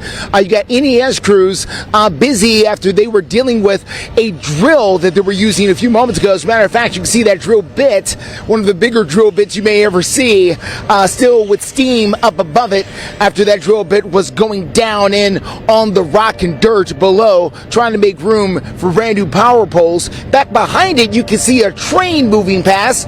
That's something that could not have happened a few days ago after the train rail was blocked here because of the debris caused by that storm. As a matter of fact, it's the second train we've seen already this morning, so it may be making up for some lost time. There is also good news report coming in from the city of Hendersonville. If we can show the good people that, they say as of 10:30 yesterday, thanks to the amazing efforts of NES, all Hendersonville homes that can have power should have power restored, and anyone else that does not have power right now may need to have some repairs made to their homes. So good news coming in there from Hendersonville. It was NES's goal to make sure that all homes that could have power did have power by Friday. And it certainly seems like they are meeting that goal for the most part, even though at last check, around 137 people still did not have power. We're live for you this morning in Madison. I'm Justin McFarland, Fox 17 News, your co-ed station. All right, Justin, thank you. As we were just mentioning, about 10 minutes ago in steer clear traffic, the concern about this crash in Antioch causing a traffic backup, it's happened. And it's happening faster than what we anticipated. You can see a real slowdown here. I-24 at Briley Parkway after at least 2 cars were involved in a crash here. We've got a box truck on the concrete barrier to the left, and then a car spun out in the grass on the right. First responders on the scene, and yes, traffic is starting to back up. The best detour advice I can give you right now is if you're waking up this morning and you are out near Tarragon Trails, if you're in Antioch, if you're out toward Laverne and Smyrna, take Murfreesboro Pike or Nolensville Pike to get in, because we do have at least 1 lane of traffic restricted right now. And no bad weather that we're going to have to worry about for this morning or for the rest of today. It is calm here in Middle Tennessee. Here's a live look over Broadway. Just a chilly start to the morning. 31 degrees. That's our current temperature right here. Mostly clear skies. And we're going to see plenty of sunshine throughout most of the day. A few more clouds do start to build in, though, later on this afternoon. And things will start to cloud up a little bit more by tonight and into tomorrow. So here's one of the rain chances that we're waiting on. This is still back out west of here. That line is going to keep on moving our direction. That's going to leave us with a rain chance by late Saturday. We're also going to see some rain start to move up from the south as well, though, and that's going to keep that rain chance going as we head on into Sunday. Overall, though, not expecting a whole lot of rainfall. I think we're looking at about 7/10 of an inch or less for most of the area. Brett, thank you. There are community groups and neighbors throughout Tennessee that are just banding together. Throughout this week, they've been doing that. And now they're getting even more supplies collected for tornado victims. They're trying to clear out the debris. And it's really just inspiring to see everyone come together here in Tennessee. It is. You know, we've talked about the volunteer spirit, the Tennessee way, and that's exactly what's been on display. Fox 17 News' Peyton Muse joining us live this morning with those efforts in Clarksville and that community pulling together.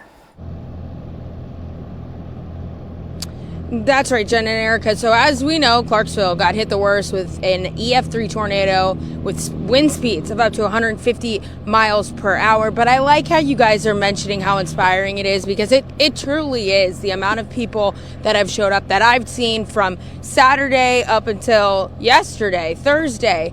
But now here at Mosaic Church, you might be able to see a little bit behind me, the Mercy Chefs. They have 2 trucks here, and then there's a food bank over there. You know, they're hard at work.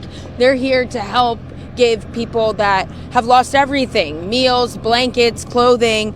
Now, the church has received so many donations, from clothes to food to blankets. They're taking donations, but they're still asking people to take donations to Yapak, and that's on 120 or 1255 Paradise Hill, Suite A, Clarksville. Amazing to see how the community has come together to support the families, the volunteers that are working so hard, the families that are in need.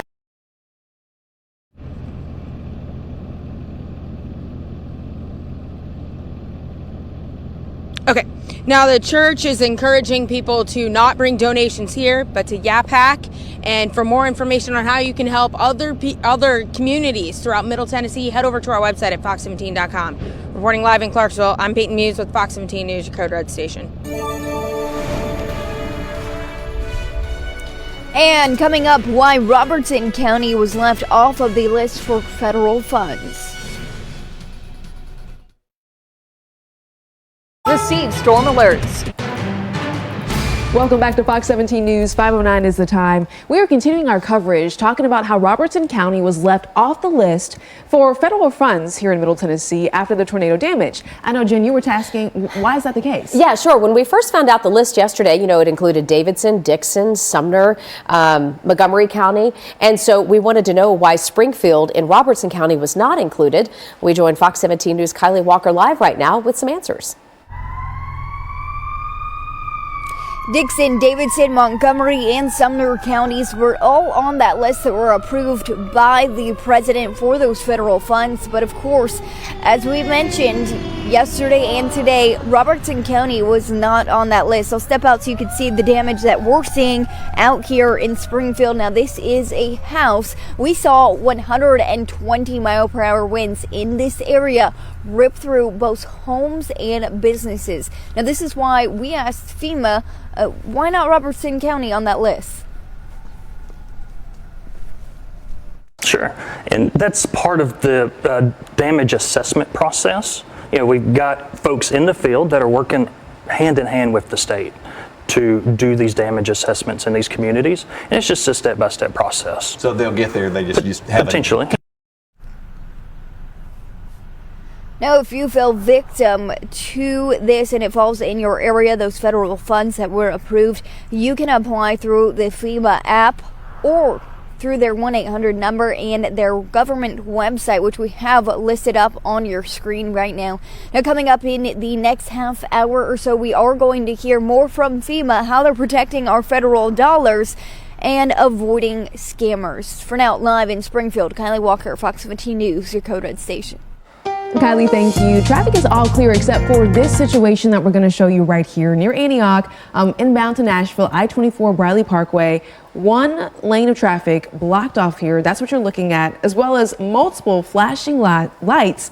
Police are out there at the scene. Jen was talking about earlier, they were walking around with flashlights. You see a car that is spun out there, and people were just walking around on the shoulders. Yeah, you kind of have to wonder what they were looking for. Is somebody in that car that's in the grass? Was anybody hurt?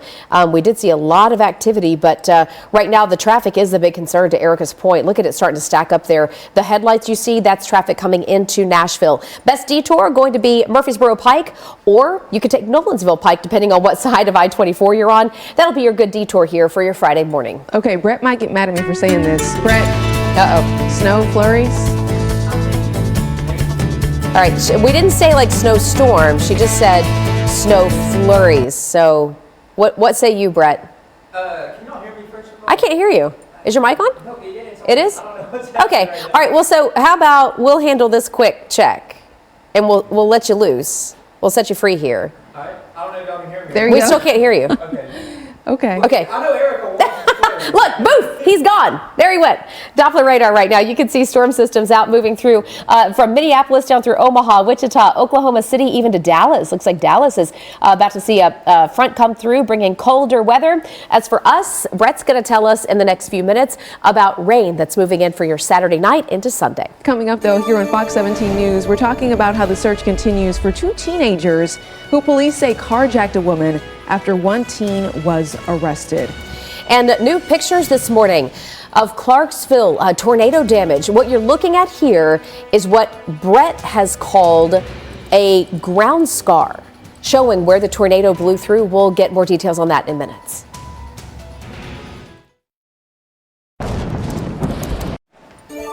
Good morning. Welcome back to Fox 17 News this morning. It is 5:15, and Operation Crime and Justice, a story that has just had so many people shaking their heads in disbelief. The teenagers who police say were involved in carjacking a woman on Charlotte Pike in Nashville. What you're looking at here is a picture of all 3 boys that police say were involved. Since we first brought you this story yesterday, we've learned that one boy is 15, one is 16, and listen to this, a 12-year-old. The 12-year-old is currently in custody. That happened just yesterday. We've also since learned that these 3 boys jumped the fence at Natchez Trace Academy. That is a residential treatment facility that's all the way out in Waverly. I mean, that's like an hour west of Nashville, at least. So police say they jumped the fence at that facility. They stole a car, made it to Nashville, where police say these 3 then carjacked that woman at knife point. We're going to continue to follow the developments on this case. If you want to zoom in on the picture and look at more details, we've got it for you now at fox17.com. And right now, we have national headlines for you on this Friday morning. The government appears to be increasing its use of artificial intelligence. How does that make you feel? You know, we've had a lot of warnings about what could happen if AI does not behave. Fox News correspondent Mark Meredith with the story.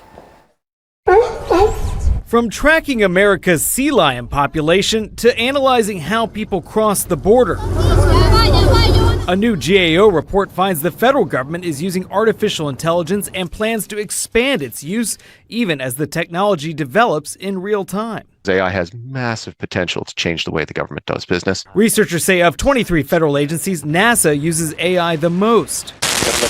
While on Earth, AI also helps Commerce, Treasury, and Homeland Security employees accomplish their missions. It's assistive technology, so it's helping people do their job a little bit better. It's not replacing people. But the Government Accountability Office says rules for AI use are needed quickly. It's urging the government to, quote, have safeguards to manage AI's complexities, risks, and societal consequences. Thank you. In October, President Biden signed an executive order requiring federal agencies develop guardrails on AI use by next year. The order also requires AI developers notify the government if their products impact national security. There's no greater change that I can think of in my life than AI presents as a potential. This month, the European Union reached a tentative deal on AI regulations. A final vote comes next year. While here at home, Congress is still considering legislation. Industry experts say lawmakers should tread carefully, though, because strict regulations could put the U.S. at a disadvantage. Everything is moving really fast here, and other countries are moving fast as well. When you put all that together, it's a very difficult, challenging landscape. The GAO did not look at the Pentagon's use of AI for this report, and not every government agency is even using AI yet. For example, the Department of Housing and Urban Development, the Nuclear Regulatory Commission, and the Small Business Administration say they've yet to deploy AI in their operations. In Washington, Mark Meredith, Fox News. At 5:18, Fox 17 News, we are continuing to cover the tornadoes, talking about some new photos that add perspective to just how massive the Clarksville tornado truly was. Now, on the photo that we're going to show you, we're popping it up right here.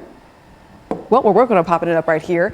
Here we go. We're going to show you some video letting you know about the military families that have been displaced. There were ground scars that we're showing you photos of. We're going to get to those. And we also know 3 people died where the EF3 tornado again touched down over in Clarksville. The National Weather Service says that tornado stayed on the ground for a whopping 43 miles. Now, keep in mind, Clarksville is right outside of Fort Campbell. The Red Cross, we also know, says the deadly tornado displaced 250 U.S. Army families assigned to the post. This was the strongest tornado of the December 9th outbreak. Okay, so just remarkable to hear what we're learning when it comes to what happened again over in Clarksville. And we have some breaking news in steer clear traffic yet again. It's our second crash of the morning, and this takes us over to the airport. Big heads up here, folks. If you are listening or watching now and you have to get to Nashville International Airport, this is for you.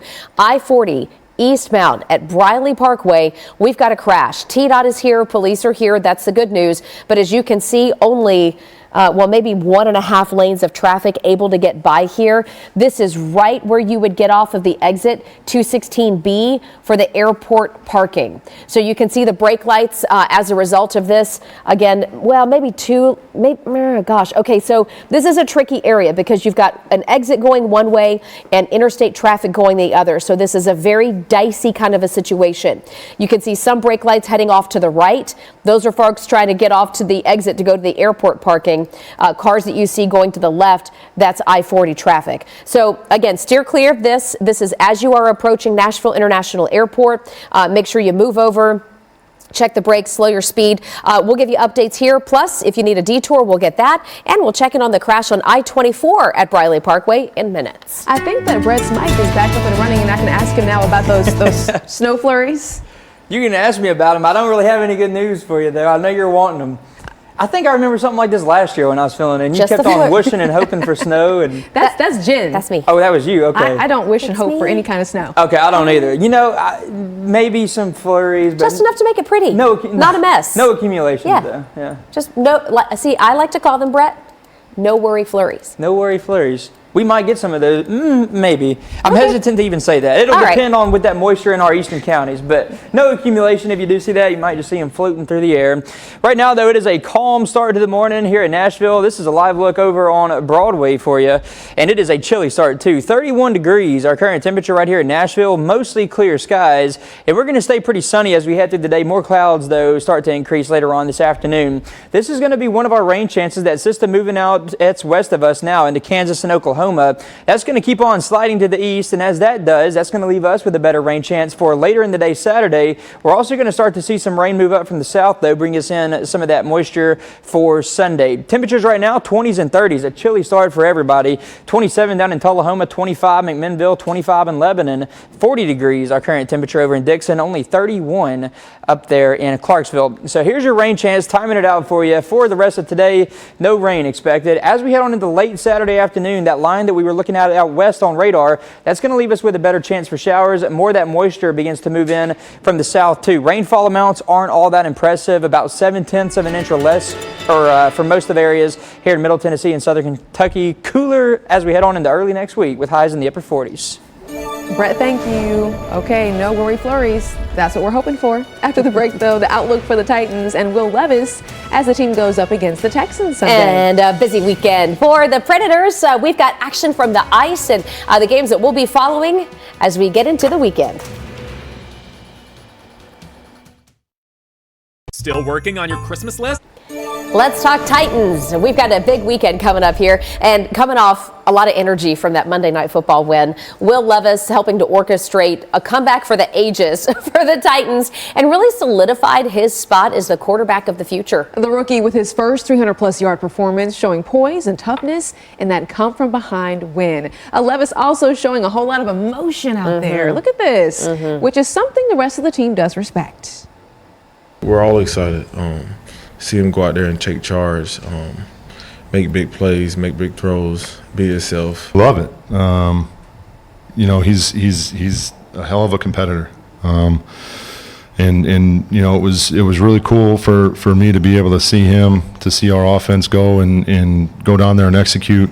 That reaction that Will Levis had, that's how I feel after I get my caffeine. Yes. Hey, by the way, Sunday noon game here in Nashville for the Titans. It's a busy hockey weekend as well for our Nashville Predators, hitting the ice twice, 2 nights in a row, and again Tuesday. Tonight, though, at 6:30, they're going to face the Hurricanes. That's going to be in North Carolina, and then turn right on around and head back to Bridgestone Arena for a Saturday night showdown with the Capitals. The Preds have been biting back in recent weeks, winning 7 of their last 10 games after a rocky early season. Again, the Preds play the Hurricanes tonight, 6:30 Central Time in North Carolina. All right, a couple of problems in steer clear traffic. We want to help you steer clear. First of all, we're going to take you live to I-24 at Briley Parkway. This is the crash that we reported in our 4 o'clock hour, causing a major backup coming into Nashville. I-24 at Briley Parkway. Avoid at all cost in Antioch. Best detour here for you going to be Murfreesboro Pike or Nolensville Pike. Let's check the other crash. That is a huge impact by the airport. This is I-40 right there at Briley Parkway. This is as you are approaching in the eastbound lanes. the airport. So if you're leaving Nashville and heading to the airport, you're going to run into this scene. This is a crash. TDOT first responders are here. This is going to be interesting because if you're trying to get to the airport from Nashville this morning, there's not a great detour other than Elm Hill Pike, right? Otherwise, you'd have to go way out of your way to get there. So if you are going from Nashville toward the airport, you could take Elm Hill Pike as a good detour to come in around the back way. We'll keep an eye on it for you. More updates in minutes. Good weather continues for us as we go through the rest of the day, too. We are talking about plenty of sunshine, and we're also going to stay pretty warm, too, well above normal for this time of year. I think we hit 61 later on this afternoon. Average high temperature is 52 degrees, so we're going to be going well above normal again for this time of year. We were in the lower 60s yesterday, and I think that's where we're going to be tomorrow, too. Sunday, we do drop it down a little bit lower, down to the mid-50s, and then Monday and Tuesday, cooler air is going to arrive. We'll have high temperatures in the upper 40s on Monday. Tuesday, we're down to the mid-40s, and then Wednesday, Thursday, and Friday, we do start to warm back up again. Average high temperatures this time of year into the lower 50s. As far as your rain chance goes, not expecting anything for the rest of today. A 50% chance for showers beginning Saturday, later in the afternoon. That's going to carry on over into Sunday. Brett, thank you. Power outages continuing, so we're tracking how crews are fixing all that, showing you some live looks this morning. We'll have more updates after the break. This season, cozy up. You're watching Fox 17 News This Morning, your Code Red station. Now on Fox 17 News this Friday morning, we have continuing team coverage of the tornado that rocked the mid-state, forever changing lives. Our live reporting on how communities are now investing in the ongoing recovery process. And it is another quiet start, nothing to show you on those cameras. Still dark too, but not a lot of cloud cover right now. We're going to keep it sunny later on today, and then we have a rain chance for the weekend. I'll have those details in just a bit. And we have two detours for you in steer clear traffic right now because of two separate crashes. We'll get to those in moments as we are your live local news source through 9. And want to welcome you in here on a Friday morning to Fox 17 News This Morning. I'm Jennifer Waddell. And I'm Erica Glover. We're going to get started this Friday morning talking about the community groups and neighbors throughout the mid-state that are banding together, right? Getting supplies collected for tornado victims and clearing out debris. And then thinking about this weekend and how that process will continue. Yeah, so one of the hardest hit areas is Clarksville, where an EF3 tornado touched down. And that's where we have seen a huge response to helping families there. We joined Fox 17 News' Peyton Muse there live right now, continuing to share those stories of kindness that we're seeing.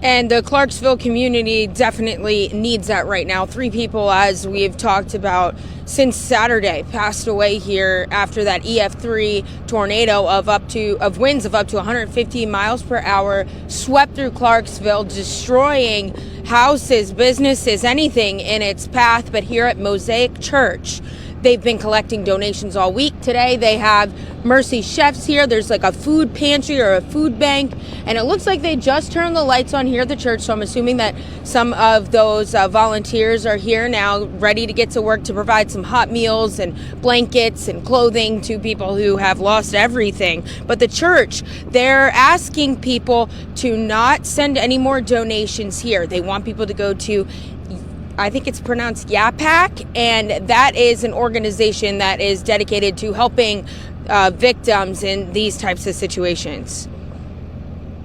YAPAC is a place that has become a central hub for distributing items to the community as people that have needs. And so we want to encourage everyone to not bring donations here moving forward. That's right, and the church is asking for people to still donate. The more, the merrier. These people need your help with toiletries, with food, non-perishable foods, blankets. I mean, it's cold here now. A lot of people, I know in Nashville, where some people are having, their power's back, but the situation here in Clarksville is a little bit different. Reporting live for now in Clarksville, I'm Peyton Muse with Fox 17 News, your Code Red station. Peyton, thank you so much. At 5:33 right now, we continue our coverage as a lot of families in the mid-state are now waking up with power, which means they've got lights, they've got heat, very important now. But we still have about 130 customers or so with NES still without power. So Fox 17 News' Justin McFarland is joining us live this morning to document this process, right? What it takes to get so much of the damage repaired, to get folks back online. Justin, good morning to you. Yeah, good morning. NES crews have been working nonstop virtually to make sure that the power can be restored, and they have accomplished most of their goals. Still 137 customers without power. That is not the case here in Hendersonville. They say they have gotten most of the power restored here to anyone who can still have power. And this is a good example of a business that cannot have power right now. This is the antique store and party store here on Main Street that is going to have to start all over again. But there are hosting things to try and help businesses like this and homes like this clean up from this storm. Check this out, everyone. Coming up tomorrow here in Hendersonville, they're having a Hendersonville Strong cleanup event, a community-wide cleanup event starting at 8 o'clock. They're asking volunteers to come out and meet at Hendersonville City Hall from 8 o'clock until 1 o'clock, where they will have assignments of places where people can go. It's being sponsored by both the city and the United Way, where they're hoping to go out there and make a difference in the community by clearing up some of the debris that is out there. Now, I can tell you from experience of past storms, clearing up the debris is massive in situations like this because of what Brett is talking about, and that is the rain moving its way through, especially this weekend. The rain in a lot of cases can cause mold and mildew for a lot of the debris that's sitting out, so the best way to avoid that is by removing the debris before the rain gets here. So that's what they're going to be focused on doing this weekend here in Hendersonville. As far as the power is concerned, they've got a lot of that work done, but that work is still ongoing, so don't be surprised if you see that power go down before it comes back up in areas like Hendersonville and Madison. We're live for you this morning in Sumner County. I'm Justin McFarland, Fox 17 News, your Corvette station. All right, Justin, thank you. I mentioned just a moment ago, 2 detours for you in steer clear traffic. The first one we're going to get to is as a result of a crash at I-24 at Briley Parkway. This is inbound to Nashville in Antioch. You can see all the police who are still here. We've got a white box truck into the concrete barrier in the middle off to the left, and we had a car crashed out in the grassy area off to the right. This is causing a huge backup. Best detour, if you're listening or watching this morning from Antioch, Laverne, Smyrna, Murfreesboro, go ahead and take Murfreesboro Pike or Nolensville Pike to come on in.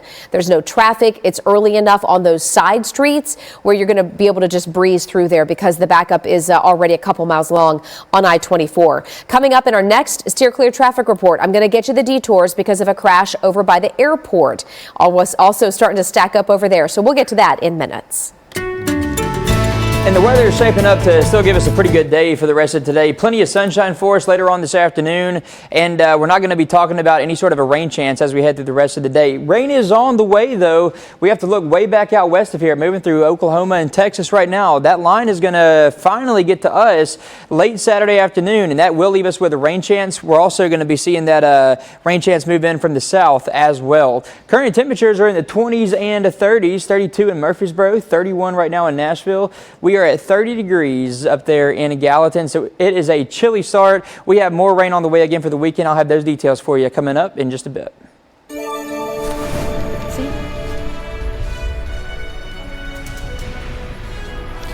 Coming up, why Robertson County was left off of the list for federal funds. Those details after the break. Attention homeowners. Good morning and welcome back to Fox 17 News this morning. It's 5:40 right now, and we do continue our team coverage this morning, taking a look at all of the areas around the mid-state impacted by the tornadoes, and more importantly now, how they are going through the process of cleaning up and trying to rebuild. Yeah, Robertson County, though, left off the list when it comes to federal funding. Right now, Fox 17 News' Kylie Walker joining us live in that area, and she was finding out why that's the case. So what is the update there in Springfield? Well, as we mentioned, Davidson, Dickson, Sumner, and Montgomery counties were all on that list that were approved by the president, those federal funds. But as you can see right behind me, Robertson County also saw significant damage. This is a Springfield home. You can see that brick just on the ground as 120-mile-per-hour winds ripped through homes and businesses. So we asked FEMA officials why, and they tell Fox 17 News part of the damage assessment process is they have crews out in the field working hand in hand with the state to do assessments in these communities. We then asked, well, will Springfield get there? And FEMA tells us, quote, potentially. When I guess the federal government's involved in one of these operations, we want to make sure that our money is being taken care of. How do you make sure that people are real victims? Part of the application process and the FEMA, process for getting relief is we come out and do a damage assessment. So after you apply, FEMA will contact you and they will send an inspector out to verify that damage. Now, if you did fall victim in any of these approved areas, you can go to apply for those federal funds through the FEMA app, or you can do so on their 1-800 number, or even that website that we should be pulling up on your screen here in just a moment. But for now, reporting in Springfield, I'm Kylie Walker, Fox 17 News, your Code Red station. Kylie, thank you so much. All right, so we've had great weather all week for these crews and volunteers to get out and help our neighbors, try to pick up the pieces. Lots of efforts underway today in all of the counties and tomorrow. And Brett's here to tell us, hopefully we can get all that in before the rain. I hope so. And then with this rain, it's going to be a little bit of rain, so a little bit of moisture, but I don't think any severe weather, or definitely not any severe weather. We're not going to have to worry about that. I feel like people need to hear that now, because after you go through sense of relief. Tornadoes like this, if you hear thunder or you see lightning, that might be a little jarring. Yeah. Right. And you could see just a couple of lightning strikes, maybe a few rumbles of thunder, but no bad weather. And then rainfall amounts probably less than 7/10 of an inch for most spots. So overall, I think we're doing pretty good on the rain. Good stuff. All right. Well, I don't know how much time I got here, but here's your radar view. Not showing anything for us right now. We are all dry, and that rain that you see out west, that's going to be making its way to us. I'll have those details for you in just a bit. Brett, thank you. At 5:43, we're keeping a very close eye on steer clear traffic updates. This is out near the airport, and you're going to see a whole lot of flashing lights. So this is going to be as you're approaching the eastbound lanes of the airport. Okay, you're heading out that way. Not seeing too much of a slowdown, but again, just be mindful of those flashing lights over there on the shoulder for the airports. And me and my youngest daughter just sat there going, please God, just let us make it through this. Continuing coverage now, the last Saturday's deadly tornadoes that went through so many parts of the mid-state. One family's story and how you can help. North Nashville's Nissan of... And just the guy said, I'm sorry, it's all gone now. Yeah, it's just so heartbreaking. And we now know 7 tornadoes. Ultimately, 7 tornadoes touched down on Saturday. 3 of those deaths happened in Madison after an EF2 tornado touched down there. Our Fox 17 News reporter Amanda Chin speaking with a family who lost everything. The family tells me they consider it a miracle they're still here today. You can see behind me the house is a total loss, but this woman tells me she'll now have to start from scratch. I'm gonna have to take the loss and try and move on. I mean, that's all I can do. Marcella Chance had been inside her home of more than 25 years with her husband and youngest daughter. Next thing she heard, Madison, you need to take cover now. I repeat, Madison, you need to take cover now. The 3 of them hunkered down in their kitchen. You could feel stuff flying over us. You could feel some stuff hitting us. And me and my youngest daughter just sat there going, please God, just let us make it through this. Thankfully, they were all okay. When they say it sounds like a freight train, it sounds worse than a freight train in my opinion. Of course, we were crying and everything because we didn't know if it was going to spare our lives or not. But the Chance family's home is a total loss. We used ladders to try and get up here and salvage what we could salvage. 2 years ago, the Chances spent $30,000 of their savings on renovations, new walls, windows, and all new furniture and appliances. We did all that to make it more comfortable for us to live in, and then And just the guy said, I'm sorry, it's all gone now. All the work that we put into it's gone now. And like I said, there's so much personal stuff in there that I had from family and my grandmother and everything that it's gone. While their insurance company is assessing the damage, Raised 3 kids in this house and there's a lot of memories there. she couldn't afford insurance on the items inside her home. But Chance's daughter says her mom and dad never ask for help. And it's very hard for me to accept things. And my sisters keep saying, you have to right now. It's just the way life is. You have to. Chance's daughters have also started a GoFundMe page to help the family while they rebuild. If you would like to donate, we have that link on our website at fox17.com. Unfortunately, we have had nice and clear weather this whole entire week to help with all those recovery efforts from those tornadoes that moved through on a Saturday. Today is going to be more good weather in the forecast. No rain to talk about for at least today. This system back here, though, to the west, that is going to leave us with a chance for some showers late Saturday. So later in the afternoon Saturday. And then we're also going to have a system move up from the south. That's going to increase that rain chance a little bit as we head on into Sunday. Current temperatures are pretty cold out there right now. Upper 20s and lower 30s most locations. Some mid-20s right here. McMinnville 25, 32. Tullahoma right at freezing. Murfreesboro also right at freezing. 32 there. It is 31. That's the current temperature here in Nashville. A similar story up there in Clarksville. Later on today, though, we are going to warm up pretty nicely. If you have any outdoor plans, mostly sunny skies. A few more clouds build in later on this afternoon.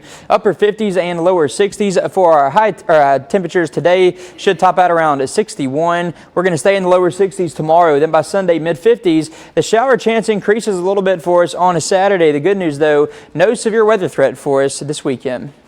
Good news there for sure. There is a serious slowdown out near the airport, so take a look at your screen. 5:50 is the time. I-40 Bradley Parkway. I just moments ago saw another TDOT truck pulled up there, and you can see that exit. It is a very slow go. So if you're heading out to the airport, maybe you're picking someone up or you're getting dropped off, give yourself some extra time.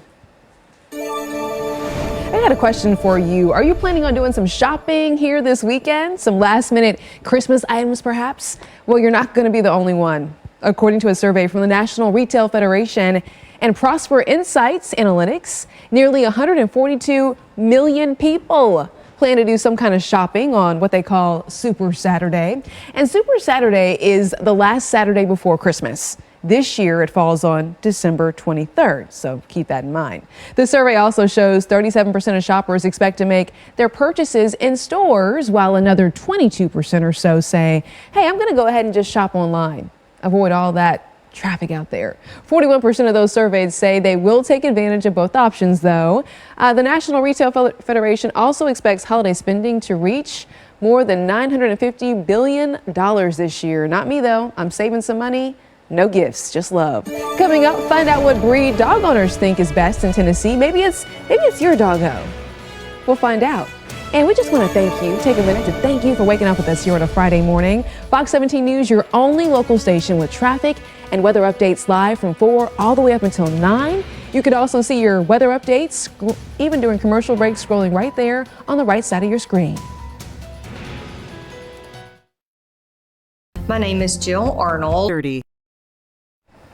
Good morning and welcome back to Fox 17 News this morning. It's 5:54 and Fox 17 News is teaming up with the Salvation Army to help everybody impacted by the deadly tornado outbreak. If you've been wondering how you can help but maybe didn't quite know the best way to do it, this could be for you. What we've done is, in teaming up with the Salvation Army, we've created a QR code. You open your smartphone camera, hold it up to that code right there, and it's going to give you a link. You tap that link and it'll get you to the Salvation Army directly. It's a safe, secure, legitimate way for you to know that the money you donate is going directly to people in need. So just one of the ways that we are working together to help give back. Hey, we're also tracking Santa because he's taking the skies, but also maybe leaving the reindeer at home just for a little bit. I mean, we're talking high tech. We're talking high tech here. Santa going for a ride in a Navy chopper. Jolly old St. Nick here and the team from the Naval Air Station. This is at Station Lemoore. They flew over Kings County, California, spreading Christmas joy to children. Now, obviously, this is one of Santa's best helpers. Santa's got helpers all over the country who help him do this, and so they did a little early gift giving and gave a little love to kids and schools out there. That is so sweet. There is a new survey we're talking about here on Fox 17 News, finding out what dog breed is really the top dog, so to speak. Forbes advisors asking this question to 10,000 dog owners. Here it is. What breed of dog is perfect for you? This might surprise you, maybe not. German Shepherd is scoring #1 in most states, 16 of them, including Tennessee. Yeah, but for people who live in highly populated states like California, Florida, and Texas, their favorite top dog was the Bernese Mountain Dog.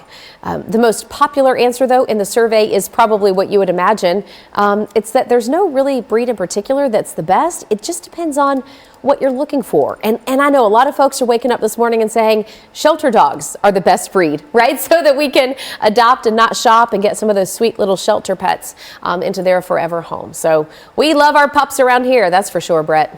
I know you're a future fur dad. I know. Once I can get my schedule a little bit more nailed down, I think that'd be great to finally get a dog. I'd love that. Well, hey, everybody, a very nice day if you have any outdoor plans with your dog later on today. We are looking at temperatures warming up to the lower 60s again. Right now, though, it is a chilly start. We have to get through a very cold start. 31, our current temperature right here in Nashville. Mostly clear skies. No rain that we're going to have to worry about today. We do have some rain on the way, though. This is well out to the west of here. That's going to keep on sliding east, and that will finally get to us by late Saturday afternoon. We're also going to have a rain chance approach from the south as well, keeping that rain chance going on into Sunday. Temperatures right now 20s and 30s for most locations. Again, a chilly start, and that rain chance is going to increase for late Saturday afternoon. You can see it right here on Future Track, starting in our western counties, and then that rain chance builds in from the south for overnight Saturday into early Sunday morning. Rainfall amounts, though, not really looking too impressive. I think we say below about 7/10 of an inch or so for most of the viewing area, and then we're just cooler to start out next week with highs in the upper 40s Monday. Alrighty, Brett, thank you. We have more breaking news and steer clear traffic. We have more crashes, which means we need to talk more detours. I'm going to draw your attention right now to I-24 at Briley Parkway, inbound to Nashville in Antioch. This is the first of now 2 crashes on I-24 in Antioch. I'm going to tell you right now, if you are listening and you're Murfreesboro, Smyrna, Laverne, or even the southern portion of Antioch, don't get on I-24. I'm going to recommend Murfreesboro Pike or Nolensville Pike. Those are your best detours right now. Traffic's not bad on those detours because school's not in session just yet. But I'm going to give you the details here. The crash we see here, I-24 at Briley, from earlier this morning, it's still not cleared. We've got somebody with car trouble at I-24 and Harding. That's the second issue. And then we've got another full-on crash just to the east of Harding Place. So really a 1, 2, 3 triple whammy right there in Antioch. We'll get you live looks on that second crash that's just popped up in your next Steer Clear traffic report. The Pet Poison Hotline releasing this year's top 10 pet poisons, and some of the results have people catching their curiosity, so to speak. So in 2023, the Poison Hotline receiving the most frantic calls about pets ingesting several toxins. Chocolate, grapes, ibuprofen, rat poison, and marijuana. Gosh. Yeah, there's one doctor, a senior veterinary toxicologist at Pet Poison Hotline, that says the dogs seem to be attracted to that green plant a lot more than their counterparts. Wow. Yeah. Well, and I guess with it being legal in more places, just the frequency of it showing One time up. I tell you about how Waffles ate all the grease out of the grill, and that's when I had to call the helpline. You just never know. It was a mess. You just never know. Okay, 5:59 right now. That American Girl doll brand is going to come to the big screen. So anybody who's ever had a little girl, or maybe you yourself loved the American Girl doll when you were growing up, Mattel says a live action movie based on the doll is in the works. The director set to write a screenplay and produce it, saying that she herself had an American Girl doll growing up and she felt like it was almost real to her. And of course, this is coming on the heels of the Barbie movie success, so they're hoping to capitalize off of that, hoping for another blockbuster. No word yet on when they'll start production or when it might hit theaters, but we'll let you know as soon as we find out. You're watching Fox 17 News This Morning, your Code Red station. Now on Fox 17 News this Friday morning, we're continuing our team coverage on the ground, talking about the tornado and how it's forever changed so many lives, how communities are investing in the recovery process, and power. Where do we stand when it comes to those outages? And today's going to be another nice calm day for us with plenty of sunshine. A few more clouds later on today, and then a rain chance by the weekend. We'll time it out in just a bit. Yeah, and Brett's going to tell us by what point you need to try to have everything tarped before that rain moves in. That's going to be crucial in this cleanup effort. I want to start by thanking you, though, for waking up with us here on a Friday morning for Fox 17 News. I'm Erica Glover. And I'm Jennifer Waddell. Good news is we're seeing progress being made here in those cleanup and recovery efforts. But we know so many families have just lived through devastation. They've lost their homes. We've lost lives. And a lot of people have lost power. We're going on almost a week now. But Nashville Electric Service is definitely out there getting power restored. At last check, we had about, 130 customers is all we have left to try to get back online right now. Fox 17 News' Justin McFarland, though, tracking the power outages and has another update from Hendersonville. Yeah, good morning. And that number at one point, Jen and Erica, was in the tens of thousands of people who were once without power. Now they are getting that power back and restored. Crews are working on it. We just left them in Madison a short time ago, and we'll be returning to them coming up here very soon. Here in Hendersonville, the news is good. Despite the devastation you see back here behind me at places like the Big Play, where we began a lot of our storm coverage, the good news is the power is back on to all locations here in Hendersonville that can have power. They do have power now in Hendersonville. In the meantime, one of the lasting impacts of the storm is going to be the damage done to small businesses like this one. Take a look at this message from Big Play. They say, despite the damage that they see, they are thankful for all the community support, and they do plan to be back bigger and better than ever here in Hendersonville in the future. Unknown exactly how long it could take them to clear up from all of this. Now, they are hoping to have a community cleanup day here in Hendersonville coming up tomorrow. They're asking people to go out and meet at City Hall. As for NES, they've been very busy overnight. Coming up in a few minutes, I'm going to show you the work they've been doing in Henderson, not just in Hendersonville, but over down the road in Madison, and exactly why they say they still have a lot more work to do before things are fully normal. We're live for you this morning in Hendersonville. I'm Justin McFarland, Fox 17 News, your Code Red station. Well, community groups and neighbors throughout Tennessee are just rallying together, right? Getting all those supplies to those who need it most, and then continuing to plan ahead for this weekend to get out there to still make a difference for those who need it. Yeah, I'm even thinking about families who have wanted to help this week, but you've been busy with work. You've been busy with the kids at school and activities. Perhaps today and tomorrow you've got some time that you can dedicate. There are so many opportunities where you can go out and pitch in. Fox 17 News' Peyton Muse joining us live over in Clarksville this morning, talking about what's going on at Mosaic Church. Good morning, Jen and Erica. So at Mosaic Church here, you could probably see behind me the Mercy Chef's truck. They have a food distributing truck, and kind of what they're doing here is they're asking for people to no longer send donations here because they have a lot, but they're moving donations into another spot, and that is within Yapak, and that's an outreach community that is geared to helping people in need. Now, the pastor of the church, John Paul Dennis, says he's blown away by the amount of support from Tennesseans right now, especially the Brookdale Senior Living Center, as they've collected donations and are bringing them to the church today. It's just amazing to see how the community has come together to support the families, the volunteers that are working so hard, the families that are in need.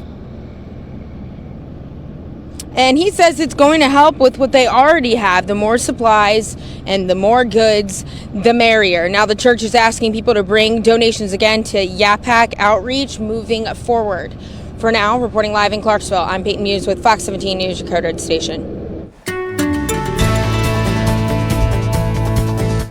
And it is another quiet start for us here in Middle Tennessee this morning. This has been the same trend that we've seen for the past several days now, and we needed this nice quiet weather after that very active day that we had moved through on Saturday. 32 degrees our current temperature right here in Nashville. It is still clear skies for us, and that's how we're going to stay for the remainder of at least most of this afternoon. Later this afternoon, a few more clouds will try to build in. And then as far as the rain chance goes, not expecting any of that for today, but this rain you see out west of us, that's going to start to move into our area for late this Saturday afternoon. We're also going to have a rain chance move in from the south as well. Current temperatures are in the 20s and 30s. We're at 32 in Murfreesboro, right at freezing there. 26 Lebanon, 27 the current temperature down in McMinnville. For the rest of today, though, shaping up to be a pretty nice one for us. Mostly sunny skies, upper 50s throughout most of the afternoon. Lower 60s for our high today, and then we cool down next week. 48 on Monday, 45 Tuesday. Thank you very much, Brett. Let's check on Steer Clear traffic right now. We've got a visual on the newest crash on I-24 inbound to Nashville at Harding Place. I was mentioning just a moment ago, we had a 1-2-3 whammy coming in on 24. We had one of the whammies clear just a minute ago. We had a car that was broke down on the interstate. They've cleared it. What's left is this crash at Harding and another crash up at Briley Parkway. So those are our biggest issues. This is the situation at Briley.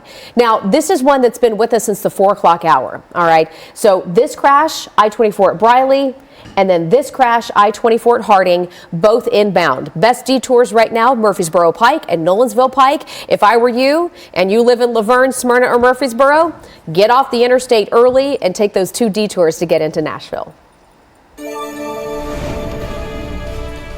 Coming up, why Robertson County was left off the list for federal funds by FEMA and the government. We'll have all of those details after the break.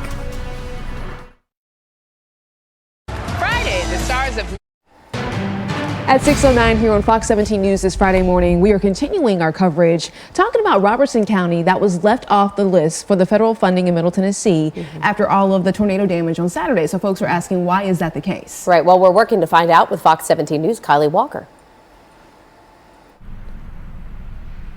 That's right. So Dickson, Davidson, Montgomery, and Sumner counties were all on that list to receive those federal funds. That was all approved by the president. But of course, as you guys mentioned, a lot of people asking why not Robertson County? Because you can see right behind me, we're seeing significant damage in this area of Springfield. That's a home that you're looking at right there. This is where we saw upwards of 120 mile-per-hour winds ripping through both businesses and houses. So we asked FEMA why this area was left off that list.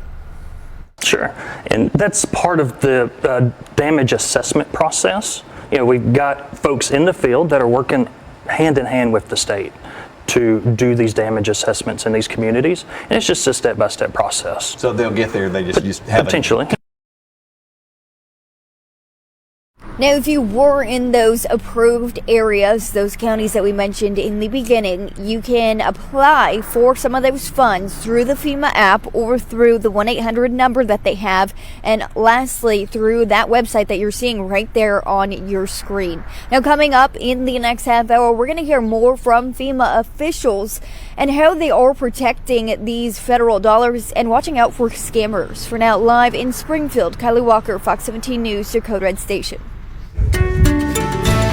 All right, thank you very much, Kylie. At just about 6:11 right now, our Code Red meteorologist Brett Luna filling in this week for Greg. And Brett, always so glad to have you here on the morning show. What you watching right now? Yeah, you know, Jen, always great to be here as well. Always such a fun time with y'all in the mornings. We are looking at some rain that is out west of here. This is still going to take a little bit longer to get here, though. This rain is in parts of Kansas and Oklahoma right now. That's going to keep on sliding to the east as we head on into the next couple of days, and that will finally leave us with a chance for some showers later on in the day on Saturday. And then another rain chance arrives from the south. That'll help carry that on over into Sunday. A chilly start for us this morning, though. 20s and 30s. 27 in McMinnville, 26 in Lebanon, 32 right at freezing in Murfreesboro. Same story for us right here in Nashville too. As far as any outdoor plans go today, shaping up to be another really good day for you. Plenty of sunshine, a few more clouds build in later this afternoon. Temperatures this afternoon should be in the upper 50s and lower 60s. And then for your weekend, there will be that better chance for showers, maybe a few thunderstorms late Saturday night into Sunday. But the good news, no severe weather is expected with any of this. Brett, thank you. 6:11 is the time. We're going to check in on your Steer Clear traffic updates, hopefully save you some time, because look at this situation. This is a crash over at I-24 Briley Parkway, left-hand shoulder. You can see that one lane of traffic is blocked off. Multiple crews responding to this scene. Just a messy situation again, I-24 Briley Parkway. The good news is the crash that was near the airport, that situation has since cleared. So that area, which we know is so busy on a Friday morning, is looking much, much better. Well, the Two-Tone Blue are gearing up to take on the Houston Texans. Look at this gorgeous shot from Nissan Stadium. Sun's coming up. You got the colors off on the horizon, and we just have a good energy going into this weekend. We'll show you how the team is preparing for a lunchtime kickoff this Sunday here at home. We're going to take you to a country Christmas parade where they pick the Grand Marshal not based on celebrity, but on character. Don't miss it. It's next. Attention homeowners. Good morning and welcome back to Fox 17 News this morning, 6:14 on this Friday. And we want to bring you a story coming to us from Putnam County this morning after sheriff's deputies have now charged the man on your screen, Ashton Sensing, with killing his girlfriend's 2-year-old. This is a difficult story to work through. The details are just tragic. We understand that Sensing admitted to throwing that child into a wall while he was babysitting. Investigators didn't arrest him that day, though. They ended up getting an arrest warrant on December 6th.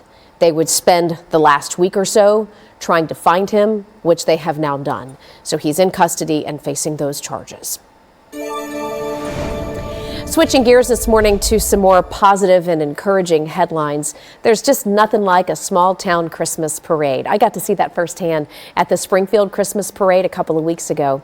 And in a week where we have just seen so much suffering after the tornadoes, this story bringing us some hope. Fox 17 News' Dennis Ferrier taking us to Fentress County for a parade with 2 unforgettable grand marshals. Fentress County's 200th anniversary, the Christmas parade goes straight through Jamestown. You are either in the parade or you are watching the parade. Almost everyone in the county is here. Parade organizer Crystal Tompkins of the Jamestown Rotary Club. It's just small town glory because, you know, people that live in the cities, they don't know about small town parades, small town people, and small town ways. Jingle bells, jingle bells. It's not no big glamorous parade, but it's still a good hometown Christmas parade. When you choose a grand marshal, you're often looking for someone with a little celebrity. But in Fentress County, they went a different direction. They looked for character.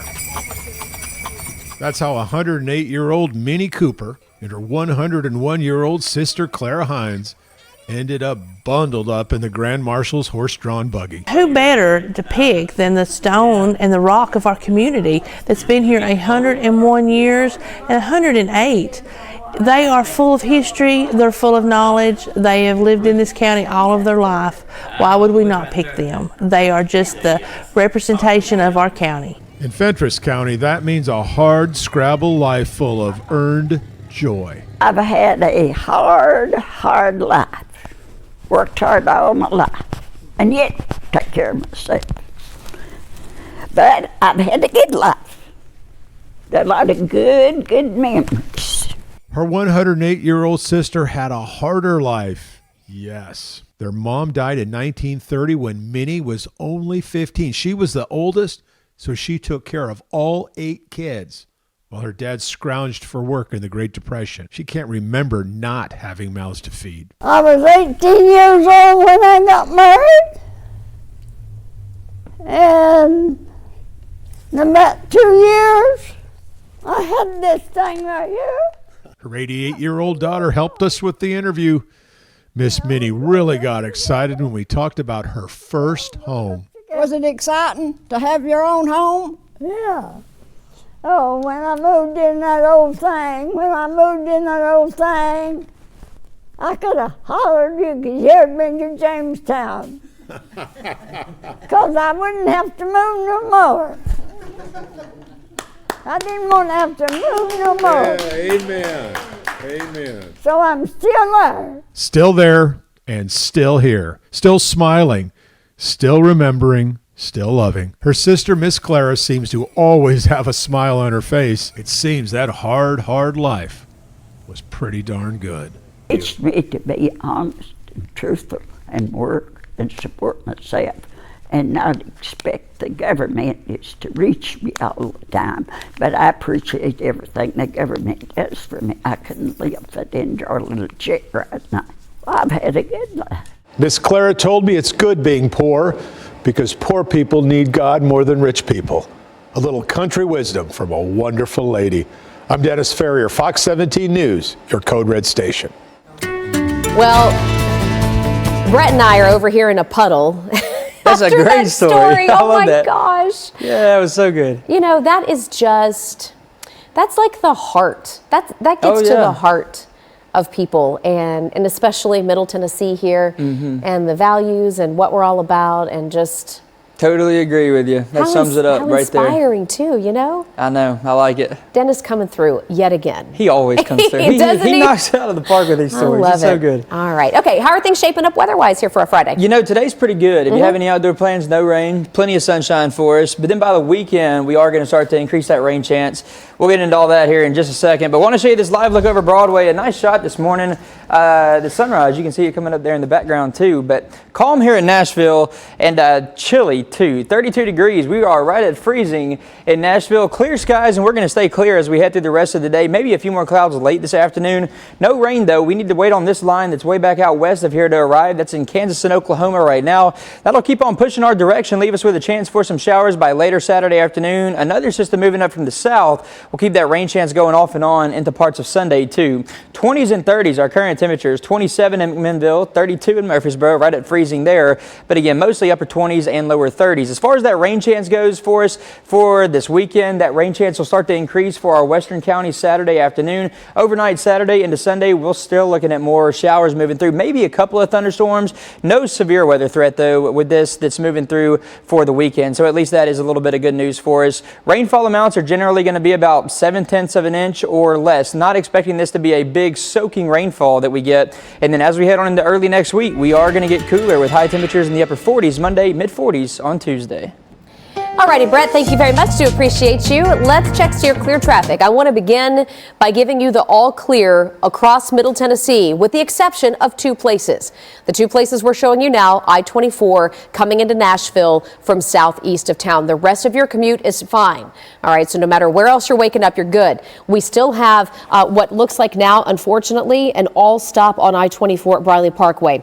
What we're watching here live, if you look at your screen, one of those big old tow trucks pulling that tractor trailer off of I-24. They've called an all stop here on the interstate in order to be able to do that. This is a result of a crash in the 4 o'clock hour.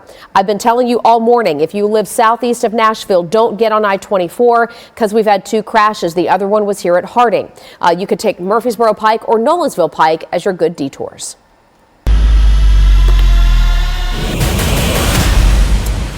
Well, after making a statement on Monday Night Football, the Titans are now shifting their focus to the Texans, who will most likely be without their starting quarterback, C.J. Stroud, for Sunday's game. He had a concussion during the game against the Jets, and he's currently in concussion protocol and did not practice for the second straight day.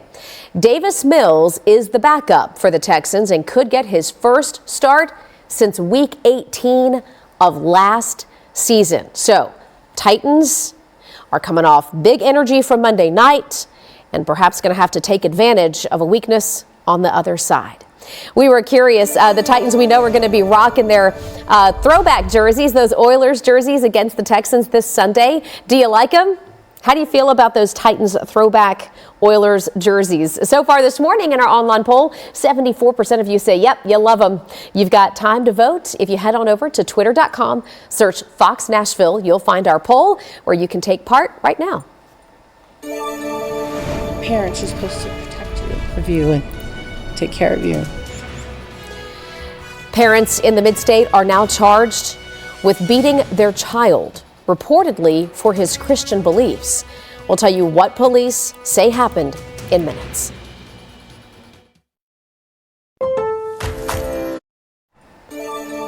In Operation Crime and Justice here on Fox 17 News, there are criminal charges against a couple who Metro Police say beat their son because he wanted to convert to Christianity. So if you take a look at your screen, you're going to see the mother and father.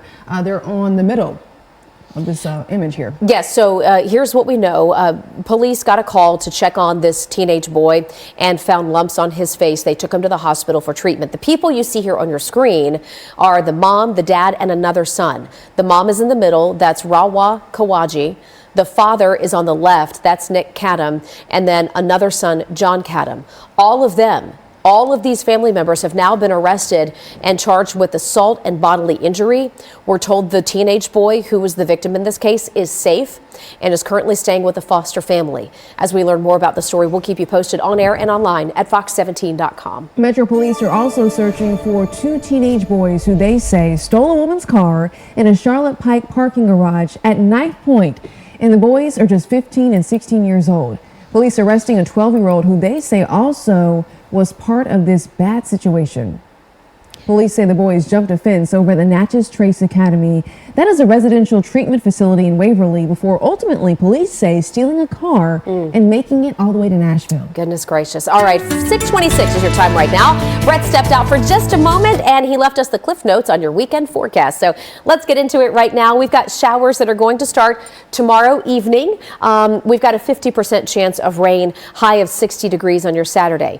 More rain possible as we get into Sunday. You'll see the rain chances, in fact, go up. 60% chance of some showers on Sunday with a high of 54, so a little bit cooler on your Sunday as you're getting ready to go out to church. We're going to keep an eye on the forecast for you. There's a chance that the plateau could see a light flurry, but nothing that's going to accumulate or cause any problems. So we'll check in with Brett Luna here again in just a couple minutes. And we're always keeping a very close eye on your steer clear traffic updates. So 6:27 is the time. The good news is the crash that we were seeing over on Harding Place, that has since cleared. So we're checking right now I-24 at Briley Parkway. This area, this crash cleared out as well. Giving you the green light for those 2 areas. That is what we want to hear, especially on a Friday. But give yourself some extra time if you are heading out the door, and keep it here on Fox 17 News. Yeah, we are always your live local news source through 9 a.m. and we will continue our team coverage throughout the course of the morning with live looks from Clarksville, Springfield, and Hendersonville and Madison as so many members of the community are coming together to help clean up and rebuild. And those are the stories that we want to share as we go forward. Merry Christmas from Gary Mack. You're watching Fox 17 News This Morning, your Code Red station. Now on Fox 17 News this Friday morning, we are continuing our team coverage of the tornado outbreak that has rocked the mid-state. How communities are now rallying together to continue the recovery process.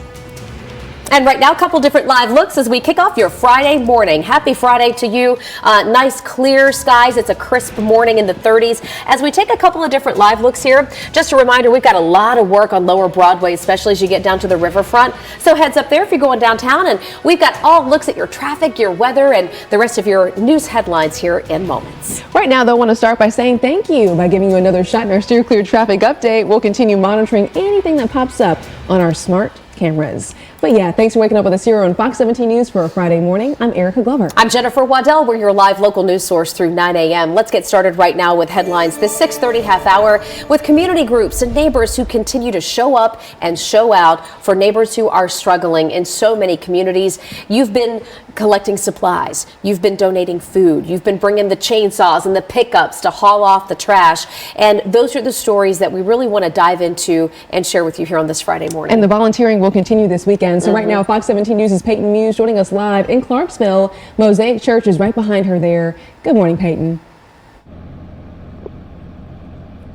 Good morning, Erica and Jen, and you all said it so perfectly. Community is coming together. You can see the Mercy Chef trucks behind me getting ready to start making food for people who need it most after they've lost everything after the EF3 tornado of 150-mile-per-hour winds swept through Clarksville, destroying homes, businesses, and taking lives. We lost 3 lives here in Clarksville. Now, this church has received so many donations, from clothes to food to blankets. They're still taking donations, but they're asking for people to bring it to another spot, and we're gonna hear that in this from the pastor who's telling us where people should bring donations. YAPAC is a place that has become a central hub for distributing items to the community as people that have needs. And so we want to encourage everyone to not bring donations here moving forward. Yeah, that's right. So they're asking people to bring donations to YAPAC. That's on 1255 Paradise Hill Road, Suite A in Clarksville. Now, the church is encouraging people to still keep donating. They need a lot of these people here, a lot of the folks in Clarksville, they still need clothes, they need toiletries, they need everyday things that they've lost from this natural disaster. But bring those to YAPAC. Don't bring them to the church today.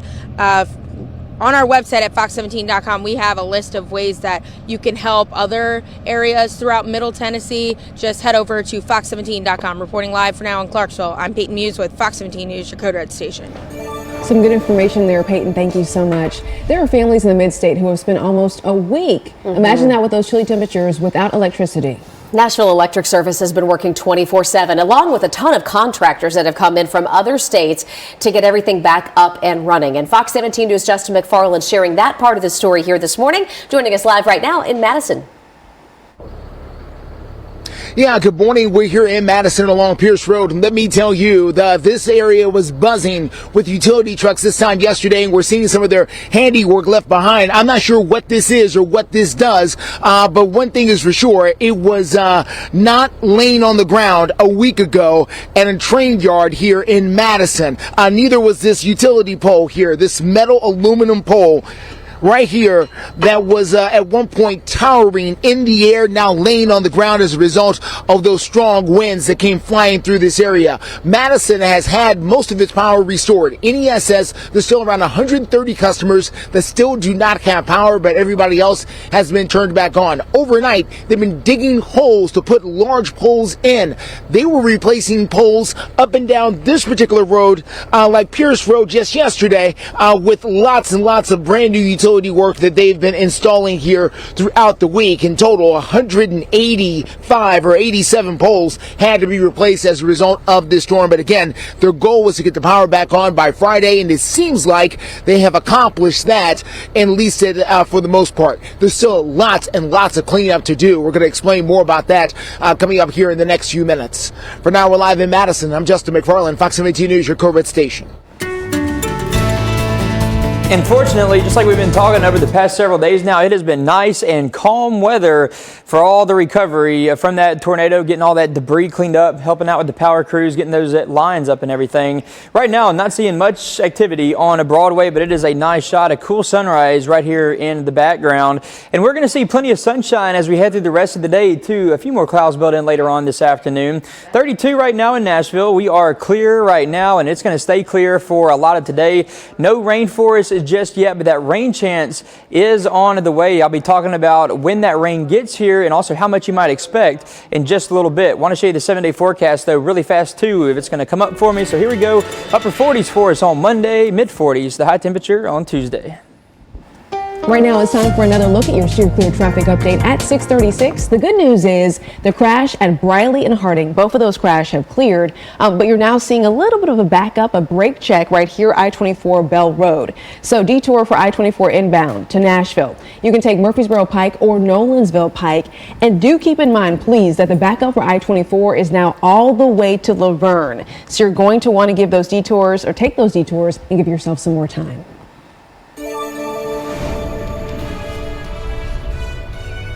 Now, coming up, why Robertson County was left off of the list for federal funds on tornado relief. Those details after the break.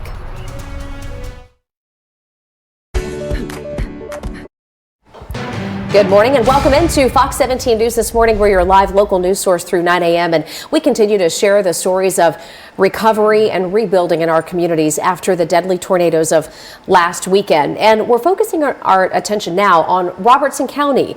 We've learned that when FEMA put out the list of all the counties where they were going to provide federal money for cleanup, we noticed Robertson County was not on that list. And we're wondering why that's the case. Fox 17 News' Kylie Walker joining us live. She's getting answers for folks in Springfield who are wondering that very question. Of those counties that were approved for those federal funds by the president was Dickson, Davidson, Montgomery, and Sumner counties. But as we mentioned, we didn't see Robertson County on that list. However, here in Springfield, let's take a look right behind me. We're seeing significant damage as 120-mile-per-hour winds rip through both homes and businesses. So we asked FEMA officials why, and they tell Fox 17 News part of the damage assessment process is that they do have crews out in the field working hand in hand with the state to do assessments in these communities. We then asked, well, will Springfield get to that point? FEMA tells us potentially. When I guess the federal government's involved in one of these operations, we want to make sure that our money is being taken care of. How do you make sure that people are real victims? Part of the application process and the FEMA, process for getting relief is we come out and do a damage assessment. So after you apply, FEMA will contact you and they will send an inspector out to verify that damage. Now, if you are in some of those areas, those counties that were approved for those federal funds, you could go to that website on your screen there. That's the government website where you could apply for those funds, as well as through the FEMA app. Download that to your iPhone, or you can also call their 1-800 number. But for now, reporting in Springfield, I'm Kylie Walker, Fox 17 News, your Code Red station. And it's just more of the same for us for the rest of today. We are going to be staying clear and dry. No rain anywhere close to us yet on the radar, but we have this line that's moving out west of here. This is in the parts of Kansas and Oklahoma. That's going to keep on heading our direction, and that will eventually leave us with a rain chance later on in the day on Saturday. That's going to carry on over into Sunday, too, with a chance for some showers moving up from the south. A chilly start to the morning, 20s and 30s. We are right at freezing right here in Nashville. Current temperature is 32 degrees here, but later on this afternoon, we are going to warm up very nicely. Upper 50s and lower 60s for the weekend. A chance for showers, but the good news, no severe weather threat on the table for the weekend. Brett, thank you. Let's get into steer clear traffic right now, see how things are shaping up on your morning commute. We've had a bit of a rough commute for folks on I-24 already, but the good news is it's clearing up. Unfortunately, what you're looking at here is the better version of traffic right now. What we noticed here, I-24 at Bell Road, we do have a car that's broke down, pulled off to the right shoulder. So you're seeing the stack up here. I would just recommend, as we've been doing for about the last 2 hours, I would say this morning, if you're coming in from Murfreesboro, Smyrna, or Laverne, just go ahead and take the detours of Murfreesboro Pike or Nolensville Pike to come on into Nashville. The good news, this is the only real backup we're following right now. We'll check in again on steer clear traffic in minutes. And me and my youngest daughter just sat there going, please God, just let us make it through this. Yeah, continuing coverage of the deadly tornadoes, one Madison's family story, and how you can help after the break.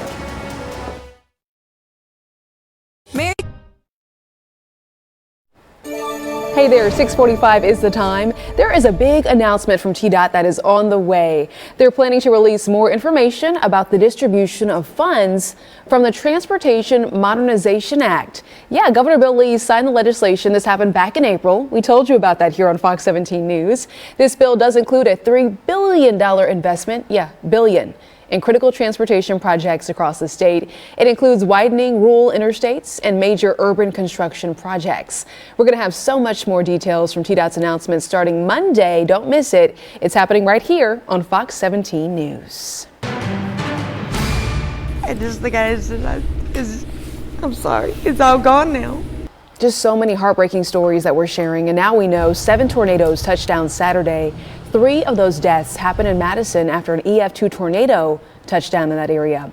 Fox 17 News' Amanda Chin speaking with a family who lost their home. The family tells me they consider it a miracle. They're still here today. You can see behind me the house is a total loss. But this woman tells me she'll now have to start from scratch.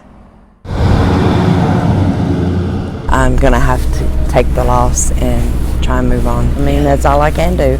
Marcella Chance had been inside her home of more than 25 years with her husband and youngest daughter. Next thing she heard, Madison, you need to take cover now. I repeat, Madison, you need to take cover now. The 3 of them hunkered down in their kitchen. You could feel stuff flying over us. You could feel some stuff hitting us.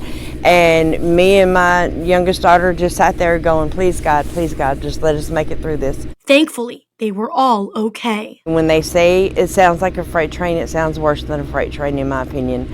Of course, we were crying and everything because we didn't know if it was going to spare our lives or not. But the Chance family's home is a total loss. We use ladders to try and get up here and salvage what we could salvage. 2 years ago, the Chances spent $30,000 of their savings on renovations, new walls, windows, and all new furniture and appliances. We did all that to make it more comfortable for us to live in, and then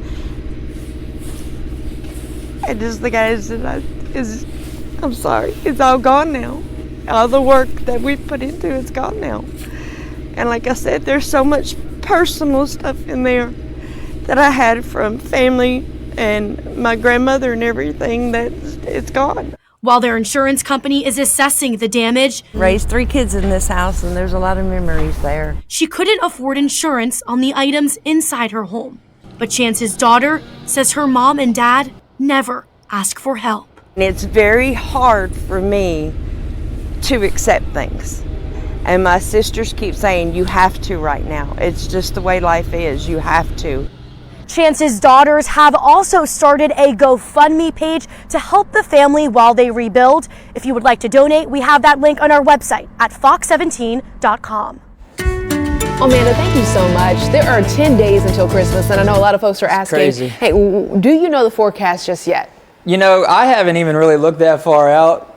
So a lot going on, so rightfully so. Yeah, it's been a little bit happening here, but I will say though that this calm weather is very thankful. I'm very thankful for it because we had the tornadoes rip through. We've been covering it all week long now, and some good weather for the cleanup. So at least we have that going for us. And it's going to be chilly for the next maybe hour, 2 hours or so, but then we're going to warm up pretty nicely, and we're going to have high temperatures going well above normal as we head on into the rest of today. 32 degrees, that's our current temperature right here in Nashville. We are mostly clear and dry. A live shot over Broadway. A very nice day for you. A very nice start to the morning. Just a little bit on the cool side, though. We do have some showers out here back west. These will keep on moving our direction. That's going to leave us with a chance for some showers on Saturday. More rain possible on Sunday. 20s and 30s are current temperatures. 31 in Murfreesboro. Again, we are right at freezing right here in Nashville. I want to show you this rain chance, though. Late Saturday afternoon, that line of showers out west of here, that's going to move into our area. We're also going to have a system move up from the south. That's going to leave us with that rain chance, carry it over a little bit into Sunday, but as of right now, on some of these more recent model runs, it is keeping it a little bit further to the east. That's going to hold our rainfall totals a little bit lower. I think some areas might go up to about 7/10 of an inch or so, and then we're going to be staying below that for the rest of us. So this is not going to be a huge soaking rain as we head on into Saturday and Sunday. 54 on Sunday. We do start to get a little bit cooler, upper 40s on Monday, and then 45 your high temperature on Tuesday. Weather Window, presented by the National Weather Desk. Snowfall turns the Oklahoma Panhandle into a winter wonderland, and in Colorado Springs, snow and hoarfrost. Hoarfrost forms when water vapor skips the liquid state, becomes solid, and forms ice crystal patterns. Hoarfrost is often mistaken for rime ice, which forms when supercooled water droplets, like those in fog or clouds, freeze on contact with surfaces that are below freezing. For more content like this, like the National Weather Desk on Facebook. At 6:50, we're checking in with your Steer Clear traffic updates this Friday morning. Right now, we're going to show you the backup I-65, I-24 junction. There are no crashes, no disabled vehicles on the shoulders. This is your typical slowdowns in this area. I want to go on over to another live look over on Bell Road. We're going to get that camera out for you. That area looking a whole lot better. Christmas just 10 days away, but more than 100 boats lighting up the night off the coast of Newport Beach over in California. Look at this. The 115th annual Newport Beach Christmas Boat Parade kicking off their opening night. It was last night. Festive yachts, pontoons, and you see it on your screen, so much more. We're talking hundreds of spectators making their way to this harbor to see the dazzling, decked out boats and fireworks. The boats are going to make a nightly cruise every day through Sunday, December 17th. So, maybe you're heading out to that area. Watch out for it. Talking about Mickey Mouse now, the iconic animated character will soon be property of the public, sort of. I'll explain. The earliest image of Mickey Mouse from the 1928 Steamboat Willie short will become public domain next year, 2024, but there are going to be some restrictions. U.S. laws allow copyrights to be held for 95 years, which has been extended several times. Artists will be able to use the Disney icon in their work, but only in his more rat-like form from the short, okay? More modern ideas remain under the copyright. Coming up, we're talking about dogs. Find out what breed dog owners here in Tennessee think is the best. And we also just want to say thank you for waking up with us here on Fox 17 News. Look at this beautiful sunrise here in Music City. Want to let you know you can check your traffic and your latest headlines. They're always scrolling, even during commercial breaks, right there on the bottom and right side of the screen. Have a great Friday. Lowe's knows you need to save. Welcome back to Fox 17 News this morning. Time right now is 6:54, and I want to remind you that Fox 17 News has teamed up with the Salvation Army to help all of our communities that are in need impacted after the tornadoes. So we've made it real easy for you to donate. You know, this is the time of catastrophes where scammers will try to take advantage of you, and you don't want to end up losing money to a bogus charity. This is a great way to know you are securely donating to the Salvation Army. We have a QR code on the screen. You scan it with your smartphone. It's going to give you a link. You tap that link. It takes you straight to the Salvation Army so that you know your money is secure and you're donating to the people right here in Middle Tennessee who need it the most. All right, there was a new survey this Friday morning that aims to find out what breed of dog is truly the top dog. Okay, Forbes asking this question to 10,000 dog owners. What breed of dog is perfect for you? German Shepherds scoring #1 in the most states, 16 of them, including right here in Tennessee. But for folks who live in the most popular states of think California, Florida, Texas, Burmese mountain dogs, which I think are just so cute, they took the top spot. The most popular answer, though, when it comes to this survey is probably the most correct, and that's no breed in particular is best. It is dependent on the person, your family, your allergies, all the things. True. Right now, as we take a look here, getting closer to Christmas, we've seen a lot of Santa's helpers out and about doing some pretty cool things. Here's one case in particular where Santa hopped on a chopper. Man, one of his helpers did to take some toys to some kiddos in need. This is out in California, where he jumped on that neighborhood helicopter and then went in to make a special delivery. This is a team from Naval Air Station Lemoore that flew over Kings County, California to make this special delivery. I was telling you earlier, Brett, just 10 days until Christmas. So you see folks are getting ready. Santa is on his sleigh, helicopter, doing the things. And it's come here so fast, too. It's crazy to think it's already almost time for Christmas.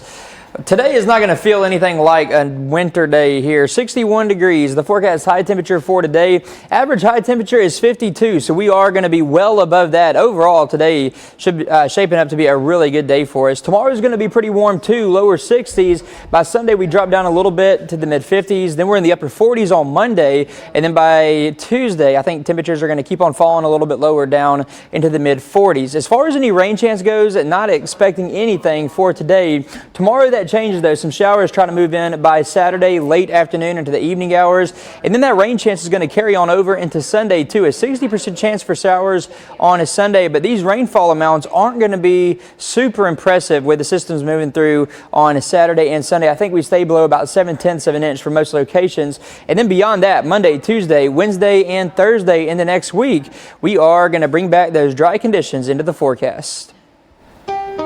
All right, Brett, thank you. Steer clear traffic time right now. I want to just get you a couple different live looks, show you how your morning commute is shaping up. This is I-65 at I-24. These are our northern commuters coming into downtown Nashville. This is a standard backup. I do not see a crash reported in this area, so that's good news. We have been monitoring crashes on I-24 inbound to Nashville from southeast of town all morning.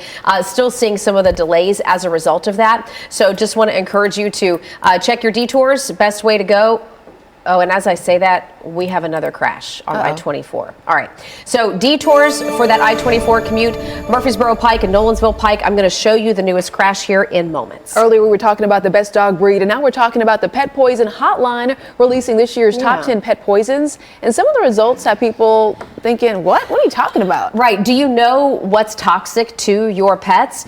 If not, these items are on the list. Chocolate, grapes or raisins, ibuprofen, obviously marijuana, but those are some of the top reasons that pet owners called into the hotline. Dr. Renee Schmidt is a senior vet toxicologist at the Pet Poison Helpline and says dogs, when it comes to one of these toxins in particular, dogs are particularly attracted to marijuana, more so even than their cat counterparts. Okay, be careful over the holidays. Yes. Keep an eye on your pet. Hey, the American Girl doll brand, you're familiar with it, is coming to the big screen now. Mattel says that they're going to try and have a live action movie based on the doll in the works and maybe get the same attraction as past movies. The billion-dollar success of the movie Barbie has producers hoping for another blockbuster. Stay with us. Our 7 o'clock hour starting right now. You're watching Fox 17 News This Morning, your Code Red station.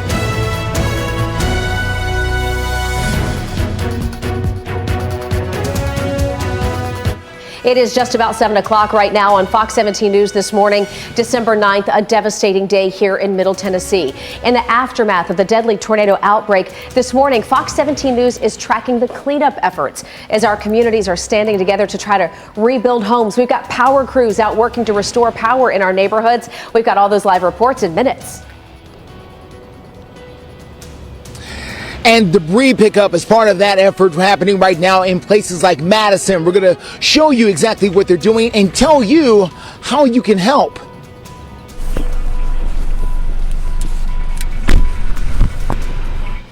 And we want to thank you for waking up with us here on Fox 17 News this Friday morning. I'm Erica Glover. And I'm Jennifer Waddell. Thanks so much for starting your Friday morning, your live local news source for you through 9 a.m. and a gorgeous sunrise shot coming up over Middle Tennessee. Want to get straight to our headlines new this hour. It has been just a sad, devastating, but also remarkable week here across the mid-state.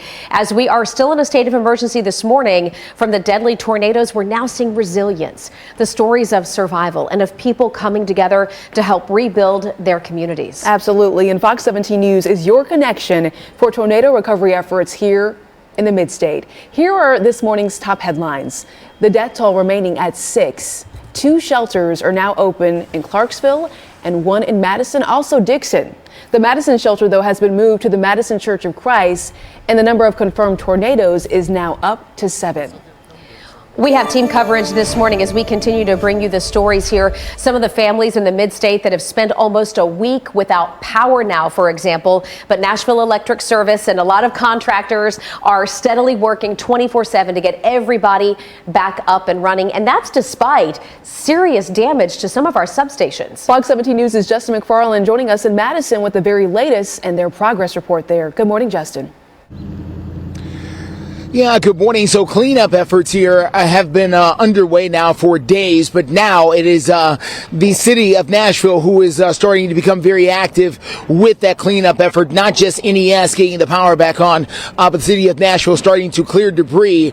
We're just off of Pierce Road here in Nashville, not too far away from Gallatin Pike. This is where crews say they're going to be working all day. 15 trucks, just like this one, are going to be canvassing the neighborhood, picking up debris. Now, what they need people to do is separate their debris into several different piles. They need furniture in one pile. They need household appliances in another pile. And then they need natural wood, like what you're seeing being collected right here, in another pile. They're doing all of this because they say they want to recycle everything they collect. I've been speaking with some of the workers out here. They say a common problem they've been running into is people have been putting, say, a nice wood furniture that was ruined during the storm. They've been putting that in the same pile with the tree debris. It doesn't go together. They need to be separated so they can take it away for recycling. Now, they are estimating this could take days before they get to everyone, but they do want to emphasize they're going to be out here until the job is completely done in every single part of this particular neighborhood throughout Madison. We're going to continue to follow things as far as the power is concerned. They've been able to get the power back on. For most people, there's still around 137 customers or so who still do not have power. We're live for you this morning. I'm Justin McFarland, Fox 17 News, your Code Red station. And it's a chilly start for you out there this morning, but plenty of sunshine, a really cool sunrise on some of these cameras that we've been looking at. Broadway, a calm start right here and a chilly start. Right here in Nashville, we are at 32 degrees.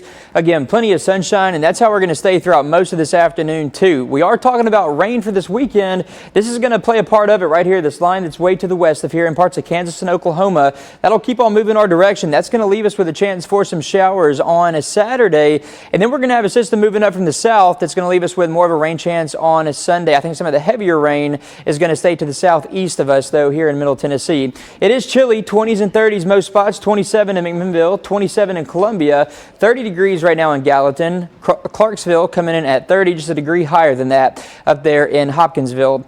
So as we head through the rest of today, by 9 o'clock, I think we'll have temperatures around the mid-40s. So we are going to start to warm up pretty quickly. And then by noon, we'll be in the upper 50s, mostly sunny and dry for us at noon. 5 o'clock, a few more clouds have built into the area by then, and we'll have temperatures in the mid-50s or so by 5 o'clock. Here's your 7-day forecast showing that better rain chance for the weekend. This is not going to be super heavy rainfall, though. Rainfall totals aren't going to be super impressive. I think maybe a 7/10 of an inch at best, probably for some spots in Middle Tennessee. A lot of areas staying below that. We do cool down on Sunday down to 54 degrees. That'll be our high temperature on a Sunday. And then beyond that, it's going to get mostly sunny and dry again, but the cooler air is going to be the story for early next week. We'll have high temperatures in the upper 40s Monday, mid-40s on Tuesday, and then in the upper 20s for some of our overnight low temperatures Monday night and Tuesday night. All right, in your Steer Clear traffic update, the good news is we are just watching this crash. Okay, so this is outbound to Nashville as you approach Haywood Lane. We're watching out for a multi-vehicle crash. You can see right now 2 lanes at the shoulder are blocked. Multiple crews responding to this scene, giving you another view here just over the hill. You can see the flashing lights. Traffic is slowly but surely making their way down there. So I-24 Haywood Lane, again, this is outbound to Nashville. The computers are trying to load, but again, one more look here. Multiple crews responding to this scene, multi-vehicle crash. Right now at 7:05, we know here in the mid-state especially that tornadoes can happen any time of the year, as we've seen, in December or March and anywhere in between. And sometimes they can pop up very quickly. Doesn't always give you a lot of time to make a plan, right? Well, there are ways that you could be looking ahead now to prepare for the next possible event. Fox 17 News' Kylie Walker is joining us live in Springfield after speaking with a concrete expert trying to get some answers so we can plan ahead.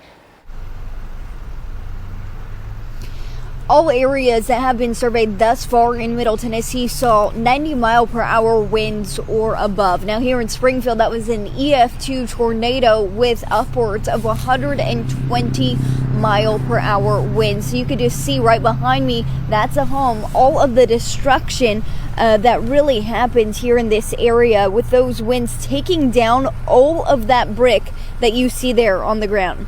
Now, John Huddleston, the associate professor and director of MTSU's School of Concrete Industry Management, says that brick isn't really structural. Rather, it's just a veneer for aesthetics on the outside of a home, which is why some people have false security from something like that. Now, Huddleston says the only true answer we have to hurricane and tornado force winds is an insulated concrete form house.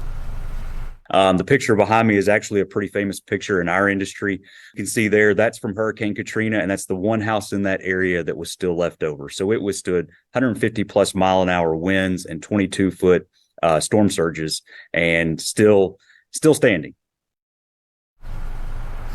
Huddleston also tells me that wood-built homes used to be very popular because wood was so cheap, but with the current resurgence in wood prices, we are now seeing more concrete homes being built.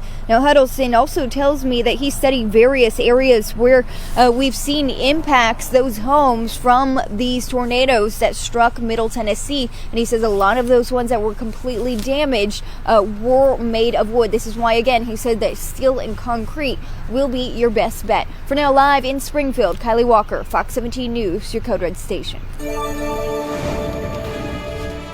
Take a look at this church behind me, how a local business is helping their community after an EF3 tornado tore through Clarksville.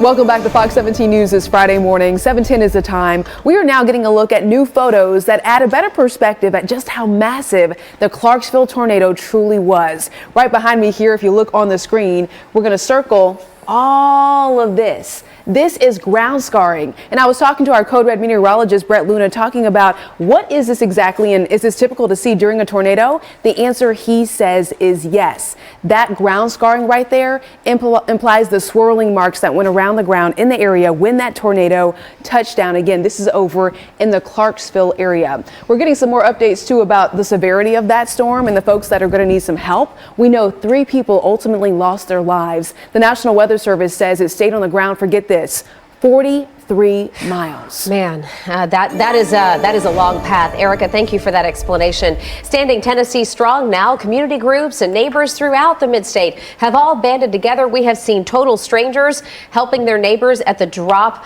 of a mention of need, right? Fox 17 News' Peyton Muse joining us live now to tell us about one company in particular that has been all around the mid-state helping folks out. Good morning. Good morning, Jen. So I have Luke Maddox here. He's with Southern Roofing and Renovations, and we're at Mount Olive Church. Luke, I want to first off thank you for joining us early this morning. Now tell me a little bit about this church. You were telling me earlier that you live in the area and you dropped everything in a drop of the hat just to help the community in need. Yeah, absolutely. So when the storm first hit, we were about half a mile away. It came tearing through. As soon as it let up, we were boots on ground. Came immediately over to the church. Grew up in this town since '09, so I know a lot of these people. We showed up, helped them get everything they needed. They were pretty devastated about what was going on, but we found everything they needed. We're working closely with Altieri. They've already had their adjusters come out.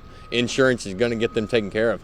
We're moving fast. And I know you all are working a lot with people who have unfortunately experienced this mass devastation, giving them kind of tips and guiding them through the insurance process. But I want to hit on, you live in Clarksville. This area got hit the worst, 150 mile per hour winds. How are you doing? I mean, tell us about like some of the stuff you've seen. Is your home okay? Yeah, my home's okay. A lot of friends and a lot of coworkers, they've been affected heavily by it, but it's not going to stop us. We're going to keep going. We're going to take care of everybody we can. And we're going to continue to push hard and not give up until it's completely back to the way it was before. Thank you so much, Luke. So coming up within the next half hour, we're going to share some tips and things that you all can look out for. Southern Roofing and Renovations has a public service announcement that they're sharing in Clarksville. Live in Clarksville, I'm Peyton Muse with Fox 17 News, Code Red Station. Peyton, thank you. Breaking news, steer clear traffic. We've got a doozy of a problem right now, I-65 at Armory Drive. Here's what's going on. If you're listening and not watching, I want to draw your attention to the screen. This is the exit ramp on I-65 northbound. So if you were coming in this morning from Brentwood or Franklin, this is the exit ramp. Watch this school bus. That school bus is trying to, I don't know if it's going to make it.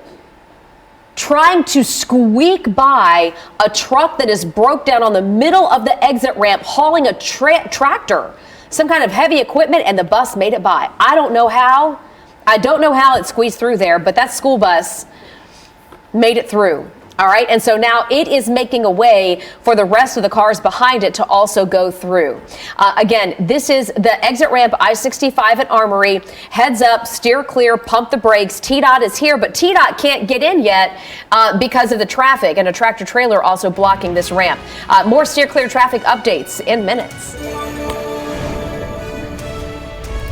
And we have some rain on the way. We just have to wait a little bit longer for it to get to us. I'll show you when that arrives here in just a bit. Merry Christmas from Gary. All right, we're checking back in with this really sticky situation over here. This is a live look, I-65 Armory Drive. Now listen, that school bus was just squeezing through. The school bus made it through, but what you're looking at is the tractor that is now off the trailer, and now they're moving it slowly. Closer, closer, closer. Listen, they're trying to get rid of this tractor. What are they doing? Somehow, some way. But then you see the flashing lights of TDOT also trying to make their way closer to what's going on. Traffic is, though, slowly just backing up. Okay, so let's just set the scene real quickly. Again, reminder, I-65 at Armory Drive. This is the exit ramp here. That truck stopped, the pickup stopped in the middle of the exit ramp, smack dab in the middle. It's connected to a flatbed trailer, and that little front end loader was on the trailer. So they took it off, and now we've got this little front end loader driving on the exit ramp. And for what? We can't exactly tell. But Erica, look at the backup behind that TDOT truck that's giving cover. Yeah, and before the break, there was a school bus that thankfully managed to squeeze between all of this and make their way out of there, but just a headache for those folks out there. Again, I-65 Armory Drive.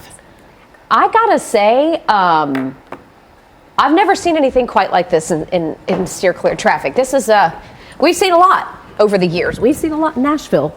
This is the first time that we've seen anything quite like this. So we'll keep watching this one. We're going to go over to Brett Luna, though. He's checking the forecast because folks are getting excited and ready for the Titans game on Sunday, but showers could mean packing a poncho is a necessity. We could see a few showers. Not seeing any of that just yet, though. Here's a current shot of the radar.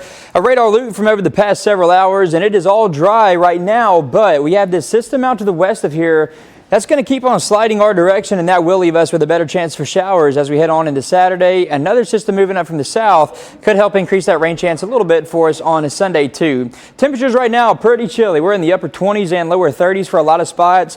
27 in McMinnville, 32. That's right at freezing in Murfreesboro. 30 degrees in Clarksville. 32 the current temperature for us right here in Nashville. If you have any plans later on today's shaping up to be a pretty good one for you. Mostly sunny and dry throughout most of the day.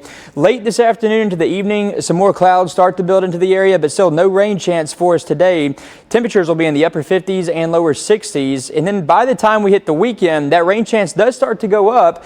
But overall, it shouldn't be anything too bad. Most of this, not even too heavy of rainfall, probably about 7/10 of an inch or less. The good news, no severe weather threat for the weekend. And just the guys, I'm sorry, it's all gone now. Just so much emotion this morning as we continue our coverage of the tornado damage across the mid-state. And that is just one story of a family that has lost everything and now trying to make sense of it all and put the pieces back together. Yeah, Fox 17 News, we've been working all week long trying to bring you the very latest about stories just like that one, heartbreaking stories, and how you can help. We are right now hearing more from our community with Fox 17 News' Amanda Chin. The family tells me they consider it a miracle they're still here today. You can see behind me the house is a total loss, but this woman tells me she'll now have to start from scratch. I'm gonna have to take the loss and try and move on. I mean, that's all I can do. Marcella Chance had been inside her home of more than 25 years with her husband and youngest daughter. Next thing she heard, Madison, you need to take cover now. I repeat, Madison, you need to take cover now. The three of them hunkered down in their kitchen. You could feel stuff flying over us. You could feel some stuff hitting us. And me and my youngest daughter just sat there going, please God, just let us make it through this. Thankfully, they were all okay. When they say it sounds like a freight train, it sounds worse than a freight train in my opinion. Of course, we were crying and everything because we didn't know if it was going to spare our lives or not. But the Chance family's home is a total loss. We used ladders to try and get up here and salvage what we could salvage. 2 years ago, the Chances spent $30,000 of their savings on renovations, new walls, windows, and all new furniture and appliances. We did all that to make it more comfortable for us to live in, and then And just the guys, I'm sorry, it's all gone now. All the work that we put into it's gone now. And like I said, there's so much personal stuff in there that I had from family and my grandmother and everything that it's gone. While their insurance company is assessing the damage, Raised 3 kids in this house and there's a lot of memories there. She couldn't afford insurance on the items inside her home. But Chance's daughter says her mom and dad never ask for help. And it's very hard for me to accept things. And my sisters keep saying, you have to right now. It's just the way life is. You have to. All right, Amanda Chin with our story. Now, Chance's daughters have started a GoFundMe to help their parents out while they rebuild. If you'd like to donate, we have it posted right now on our website, fox17.com. Meanwhile, at 7:22, we're checking back in with this traffic situation out there, showing you, well, it's wild, y'all. I-65 at Armory Drive. The truck broke down with a flatbed and a backhoe on it. They pulled the backhoe off the trailer and used it to push the truck partially out of the way, but the ramp is still all snarled up. So another look at steer clear traffic here in minutes. And hey, maybe you haven't had time to get out there and volunteer over the work week, but this weekend you can get involved. We'll explain the areas that are hit the hardest and how you can do that help coming up. We have team coverage as we track. Welcome back to Fox 17 News this morning. Okay, we have some good news, a good news update for you in steer clear traffic. The truck pulling the flatbed with the backhoe on it that broke down on the Armory Lane, Armory Drive exit ramp, that just cleared. We watched a backhoe push that truck out of the way, but it did cause a big backup. If you're on I-65 and you have to jump off at Armory Drive, just know the backup remains as they're still trying to finagle that situation. I'm also going to check in on your Bellevue commute in just a few minutes. But hey, talking about traffic, there is a big announcement from TDOT on the way. They're planning to release more information about the distribution of funds from the Transportation Modernization Act. Governor Bill Lee signing that legislation that we told you about back in April. The bill does include a $3 billion investment in critical transportation projects across the state of Tennessee, including widening rural interstates and also major urban construction projects. So a lot going on here. We're going to have some more details on TDOT's announcement starting Monday. Don't miss it. It's on Fox 17 News this morning. When it comes to those chilly temperatures, but a warm up, that's all Brett Luna. We are going to get a little bit warmer. Chilly to start out the morning, but later on this afternoon, nothing to complain about. Lower 60s. So sunshine and get outside. Yeah, plenty of sunshine. Well, and before the rain comes in, right? And before the rain comes in. Yeah. Saturday, Sunday, we are looking at a little bit of a chance for some showers. No bad weather expected, though. 61 degrees, our high temperature for today, and that's going to put us well above normal for this time of year. Typically, we're in the lower 50s, 52, our average high temperature for this time of year. Cooler air is on the way for next week. Early next week, our temperatures are going to drop down quite a bit lower, down to the upper 40s and mid 40s. Before that, though, still a couple of days of slightly warmer than normal temperatures. Saturday, we're at 60, and then by Sunday, we're down a little bit, down to the mid 50s, and that colder air arrives for Monday and Tuesday. Wednesday and Thursday, we warm back up with high temperatures going to the low and mid 50s. As far as any rain chance goes, none of that today, but then by Saturday, we start to increase that a little bit. 50% chance for showers Saturday, around that again on a Sunday. We're going to have that cold front moving in from the west. That's going to leave us with a chance for showers Saturday. Another system moves up from the south. That'll leave us with a slightly better chance for Sunday, and then we're drier for next week. I'm live this morning in Madison, where we're standing right outside of a local church that got hit very hard. We're going to show you both the before and after. Save on great gifts. You're watching Fox 17 News This Morning, your Code Red station.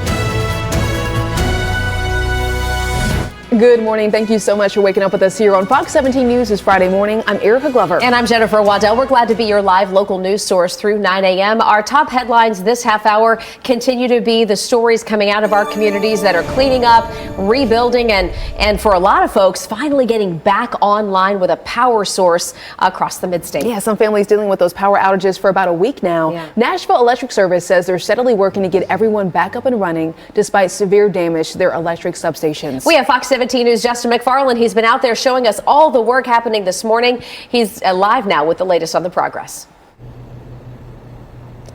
Yeah, good morning here in Madison. This is where crews have been working throughout the night to try and get the power back up and going. However, not everyone is able to have power, and that would include this building back here behind me. This is the Sabbath Day Church of God in Christ here in Madison on East Campbell Road. You can see the aftermath. Basically nothing left. The entire church basically blown away as a result of the storm. Let me show you what it looked like before the storm hit last Saturday, if we can. Take a look at the picture there. This is what it was before the storm hit. As you can imagine, people here were devastated when that storm came flying through. Thousands of people were left without power or even structures, as we see here. We also are learning that, of course, this church being the Sabbath Day Church of God in Christ means they were having services last Saturday in the morning, just not in the evenings. When this storm came through, the church was unoccupied at the time. Thankfully, this was not somewhere where people lost their lives. They continue to do work to try to rebuild this church and also get the power fully back on in other parts of this community. We're live for you this morning in Madison. I'm Justin McFarland, Fox 17 News, your Code Red station. And still good weather continues for us today for that recovery effort. No bad weather expected for the weekend either, even though we do bring in a chance for some rain showers. Here's your live look over Broadway. A calm start for us here in Nashville this morning. A chilly start too across all of Middle Tennessee. 32 degrees. That's our current temperature. Plenty of sunshine for us right now. And we're going to stay sunny, mostly sunny as we go through the rest of the day. This cold front back out west of here, that's going to bring in some showers, but we have to wait a little bit longer for it. I think by Saturday, later in the afternoon, we should start to see some of those showers move in, and then another system moves up from the south, leaving us with a slightly better chance for rain showers on Sunday. Current temperatures in the 20s and 30s. It is chilly, and as we head through the rest of the day, temperatures should be in the upper 50s by around noon, and then we'll be in the mid 50s by 5 o'clock. Brett, thank you. Now we're checking in on your Steer Clear traffic updates. The good news is these areas looking so clear out there. I-40, Highway 70. This is a beautiful look. No brake checks, no slowdowns. We'll continue tracking your traffic, though. It's 7:33 right now, and a nonprofit government watchdog group called OpenTheBooks.com has found as Metro Nashville continues to invest in our walking, biking, and driving infrastructure, the city of Nashville has spent more than $5 million on bike lanes this year, and that's more than in any other year. Right now, we're joined live this morning by Rachel O'Brien to break down the findings on this. Okay, Rachel, first of all, question is this: what projects has the city spent that $5 million on? Yeah, so we're talking about 7 different projects. So 5 are shared bikeways. Those are on several different roads: Knoll Avenue, 49th Avenue North, 52nd Avenue North, Indiana, Kentucky. And then there are 2 protected bike lanes. So those are a bit safer. Those are a bit more enclosed protected bike lanes: Georgia Avenue and 12th Avenue.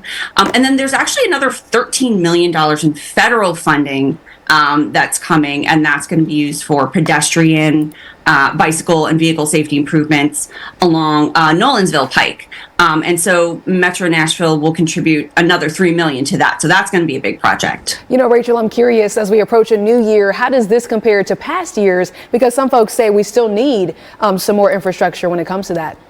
Right. Yeah. Metro is planning to do a bit more of this. So last year there were 9 bike projects. That's compared to 7 this year. But those 9 bike projects last year, that only cost $320,000, in part because 3 of those bike lanes cost the city nothing. They were completed by a developer. Other bike lanes were completed under a larger paving effort, and they came in under budget. So the year before that, there were 5 projects that cost $2 million. In 2020, there were another 5 projects that was about $283,000. 2019, there were 3 bike lane projects that cost $371,000, and then going back to 2018, there were 6 projects costing $250,000. So, you know, Metro is just investing a lot more money in projects this year. All right, Rachel O'Brien, you can find more on that report right now at OpenTheBooks.com. Thank you.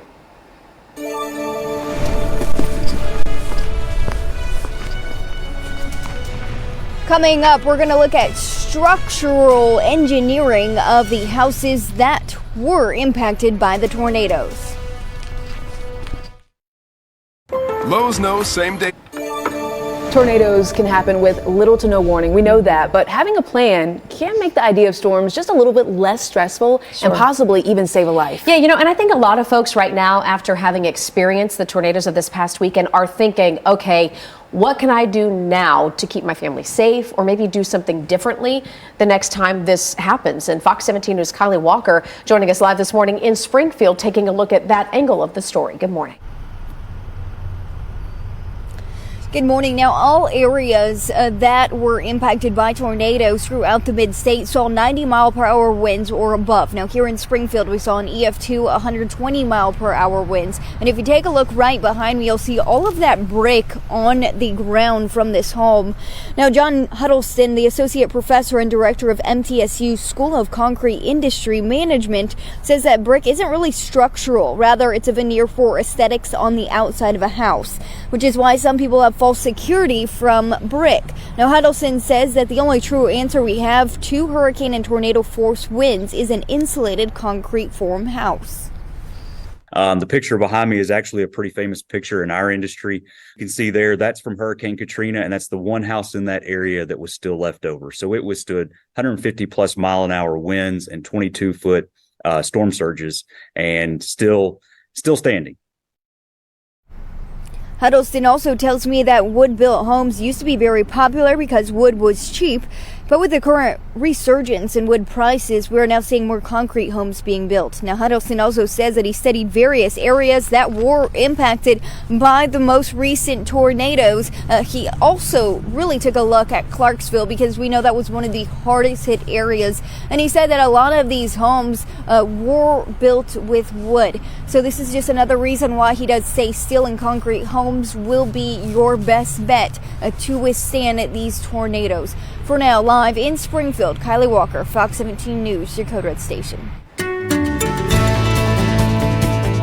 And still, like we've been talking for the past several days now, just good news at least that we have had nice calm weather to help with all the recovery from that tornado damage that we had across Middle Tennessee and Southern Kentucky on a Saturday. Here's what we have going on right now. Radar is all dry across the southeastern part of the country. Really, everybody east of the Mississippi River dry too. But we do have a cold front that is back west of us. That is going to keep on sliding our direction and leave us with a better chance for some showers on a Saturday. That rain chance is going to carry on over into Sunday. We're going to have another system approaching from the south, leaving us with a chance for showers Sunday. A chilly start, 20s and 30s anywhere you look right here. Some areas at or below freezing. We have several spots that are below freezing to start things out this morning. Later on this afternoon, though, we are warming up nicely. I think temperatures should be in the upper 50s for a lot of the afternoon. High temperatures today topping out in the lower 60s. And then by the weekend, we do increase that rain chance a little bit. The good news, though, with this chance for showers on Saturday and Sunday, not expecting any sort of severe weather threat.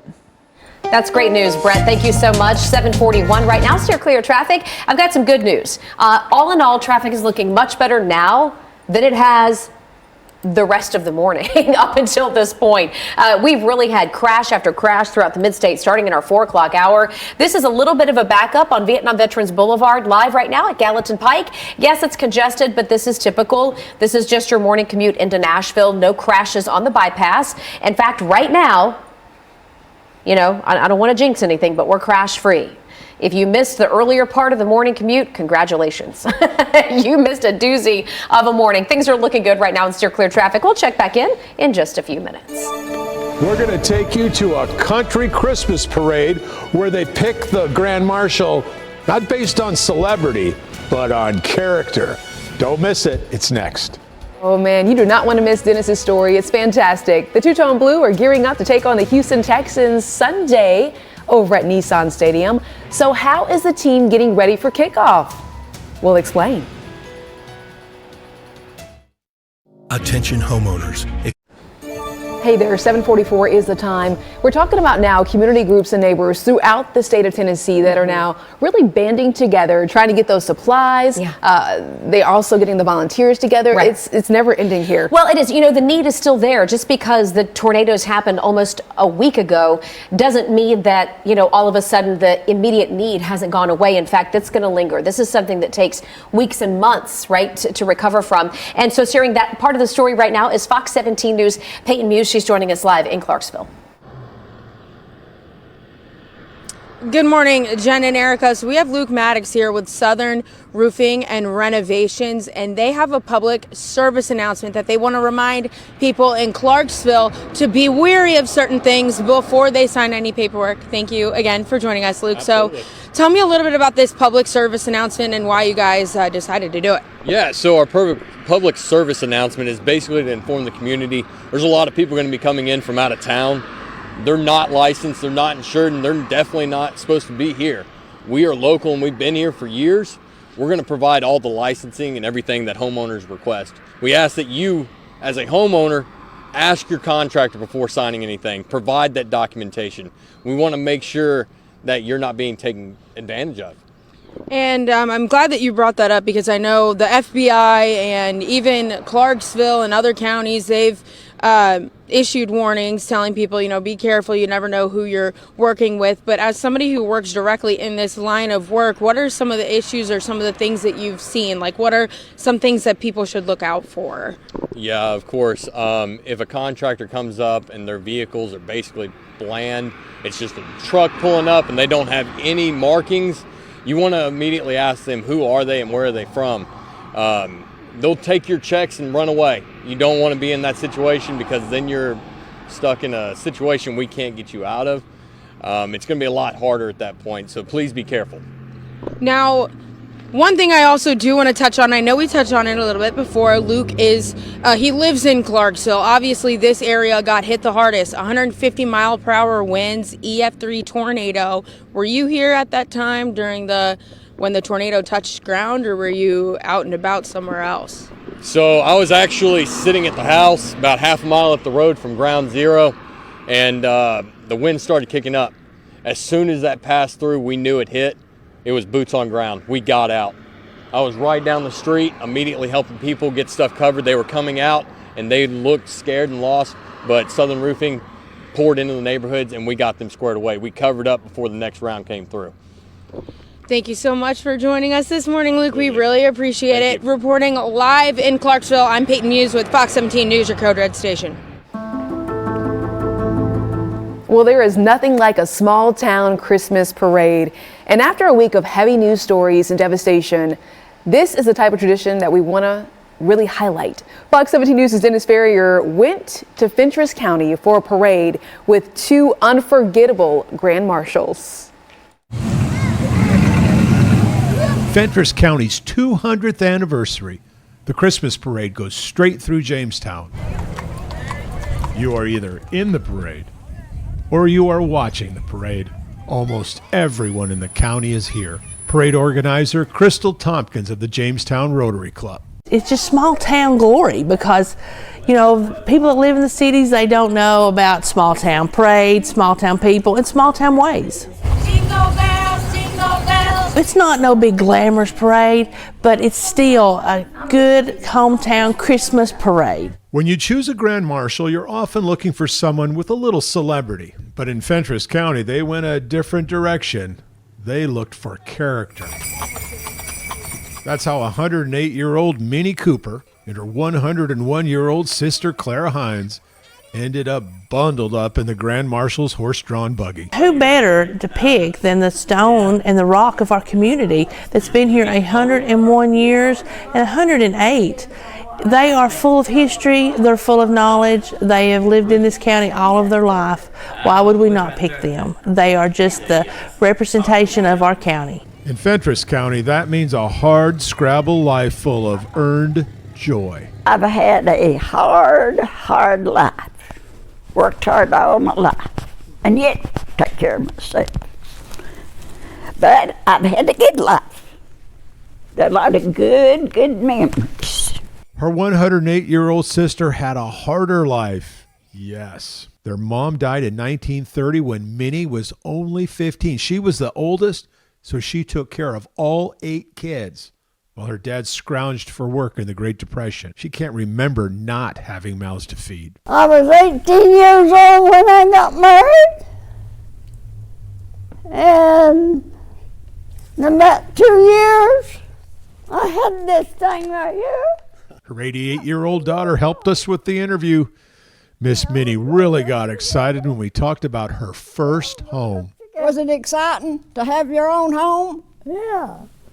Oh, when I moved in that old thing, I could have hollered you because you had been to Jamestown. Because I wouldn't have to move no more. I didn't want to have to move no more. Yeah, amen. So I'm still there. Still there and still here. Still smiling. Still remembering. Still loving. Her sister, Miss Clara, seems to always have a smile on her face. It seems that hard life was pretty darn good. It's me to be honest and truthful and work and support myself and not expect the government is to reach me all the time. But I appreciate everything the government does for me. I couldn't live if I didn't draw a little check right now. I've had a good life. Miss Clara told me it's good being poor because poor people need God more than rich people. A little country wisdom from a wonderful lady. I'm Dennis Ferrier, Fox 17 News, your Code Red station. And the beautiful weather is going to continue for us today. Good news, though, we need that weather to continue like this as we get all that recovery done from the tornadoes that moved through on a Saturday. Mostly sunny and dry right now, and that's how we're going to keep it through the rest of the day. Maybe a few more clouds late today, but then otherwise no rain. We do have rain on the way, though. This cold front is back west of here in parts of Kansas and Oklahoma. That's going to leave us with a rain chance starting Saturday afternoon, and then we're going to have another system move up from the south and keep that rain chance going at least a little bit for Sunday. 20s and 30s current temperatures, most locations at or below freezing, 32 right here in Nashville. And as far as the rain chance goes for us, we are looking at that rain chance to increase for Saturday. Saturday late afternoon, that rain arrives into our western counties. We also have the system that's going to be moving up from the south of here, and that's going to keep that rain chance going as we head on into Sunday as well. This is not going to be a whole lot of rainfall, though. These rainfall numbers, I think nearly everybody stays below an inch for total rainfall amounts as this system moves through a lot of areas closer to a ½ inch or so. So this is not going to be a super soaking rain event. Also, another thing to note, good news, no severe weather threat with this on a Saturday or Sunday. Temperatures later on this afternoon in the upper 50s and lower 60s. Here's your 7-day forecast. We're in the lower 60s by Saturday. Then we drop down to the mid 50s Sunday, and then much cooler air for the earlier part of next week. 48 on Monday, 45 on Tuesday. Overnight low temperatures a couple of these nights. Monday night and Tuesday night, we could be dipping down into the upper 20s. Brett, thank you. 7:52 is your time. Let's check in now with your Steer Clear traffic update. And look at this, I-40 Spence Lane. There are no crashes on this, but just a typical Friday morning commute slowdown. Again, I-40 Spence Lane. We'll continue tracking your traffic updates up until 9 a.m. And let's talk Titans, coming off of a huge Monday night win for the two-tone blue. Big energy, lots of excitement, and not only was that upset big for our team, it really solidified Will Levis as the quarterback of the future for the Titans. The rookie with his first 300-plus yard performance, showing grit, poise, and toughness in that come-from-behind win. So following their big win over the Dolphins, the Titans now shifting their focus to the Texans. That game is going to be at noon over at Nissan Stadium, of course. That's right, coming up this Sunday. And country stars making a difference. The benefit concert to help the victims of last weekend's deadly tornadoes. North Nashville's Nissan of... Overall, good weather is going to continue for us as we head through the rest of the day. We really don't have much to worry about. And then this weekend, we do have a rain chance, but no severe threat for the weekend. So good news right there. 61 degrees, my forecast high today. That's going to put us well above normal for this time of year. Typically, we're in the lower 50s, so we're going to be going well above that. Once again, we were in the lower 60s yesterday. We'll continue that today and for tomorrow. And then by Sunday, we do drop down a little bit down to the mid 50s, and then cooler air arrives for early next week. We'll be in the upper 40s on Monday, and then by Tuesday, we're going to dip down to the mid 40s with low to mid 50s expected for Wednesday and for Thursday. As far as this rain chance goes, Saturday and Sunday, there is a chance for some showers, maybe a couple of thunderstorms late Saturday into Sunday. Again, no severe weather expected, only a few rumbles of thunder probably at best with this moving through. Monday, Tuesday, Wednesday, and Thursday, we are looking at drier conditions. Also to note, this rain that moves through Saturday and Sunday, this isn't really going to be too heavy for us. Rainfall amounts are going to stay pretty low. I think most areas closer to a ½ inch, about 7/10 of an inch or so at best for some of these areas. Alrighty, Brett, thank you very much. Steer Clear traffic right now. I'm going to take a live look near the downtown loop. This is I-40 at Church. Looking good right now. In fact, our Steer Clear traffic scenarios have eased up a lot. So no major crashes to report right now. A few slowdowns like on I-24 coming in from Laverne, I-40 over near the airport and Spence Lane, a little slow.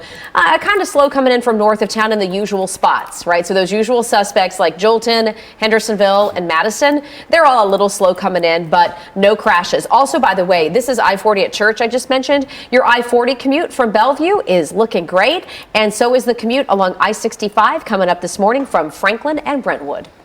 Some of the biggest names in country music are hosting a concert to help those impacted by last week's tornadoes on Saturday.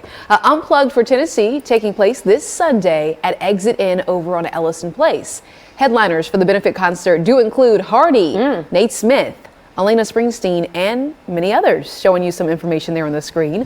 Organizers say tornado victims are going to get 100% of the proceeds. The concert, though, is already sold out, which in this case is a great thing. Yeah, it sure is. Hey, check this out. We're giving you an inside look at this year's ice. This is the activity going on right now over at the Gaylord Opryland. This is an indoor ice world, essentially, all part of the 40th annual Country Christmas celebration. All right, this year's theme, I love this, is the Polar Express. It is set in 2 million pounds of ice. What? Ice runs through New Year's Day. Be sure to check out the entire photo gallery from ice over at our website, fox17.com.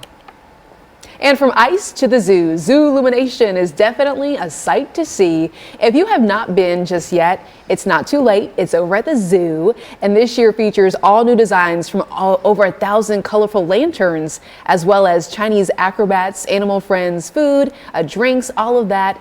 You're going to meet some mythical beasts, so to speak, and you can even take a trip to the North Pole. That event is going on until the 7th of January. You're watching Fox 17 News This Morning, your Code Red station.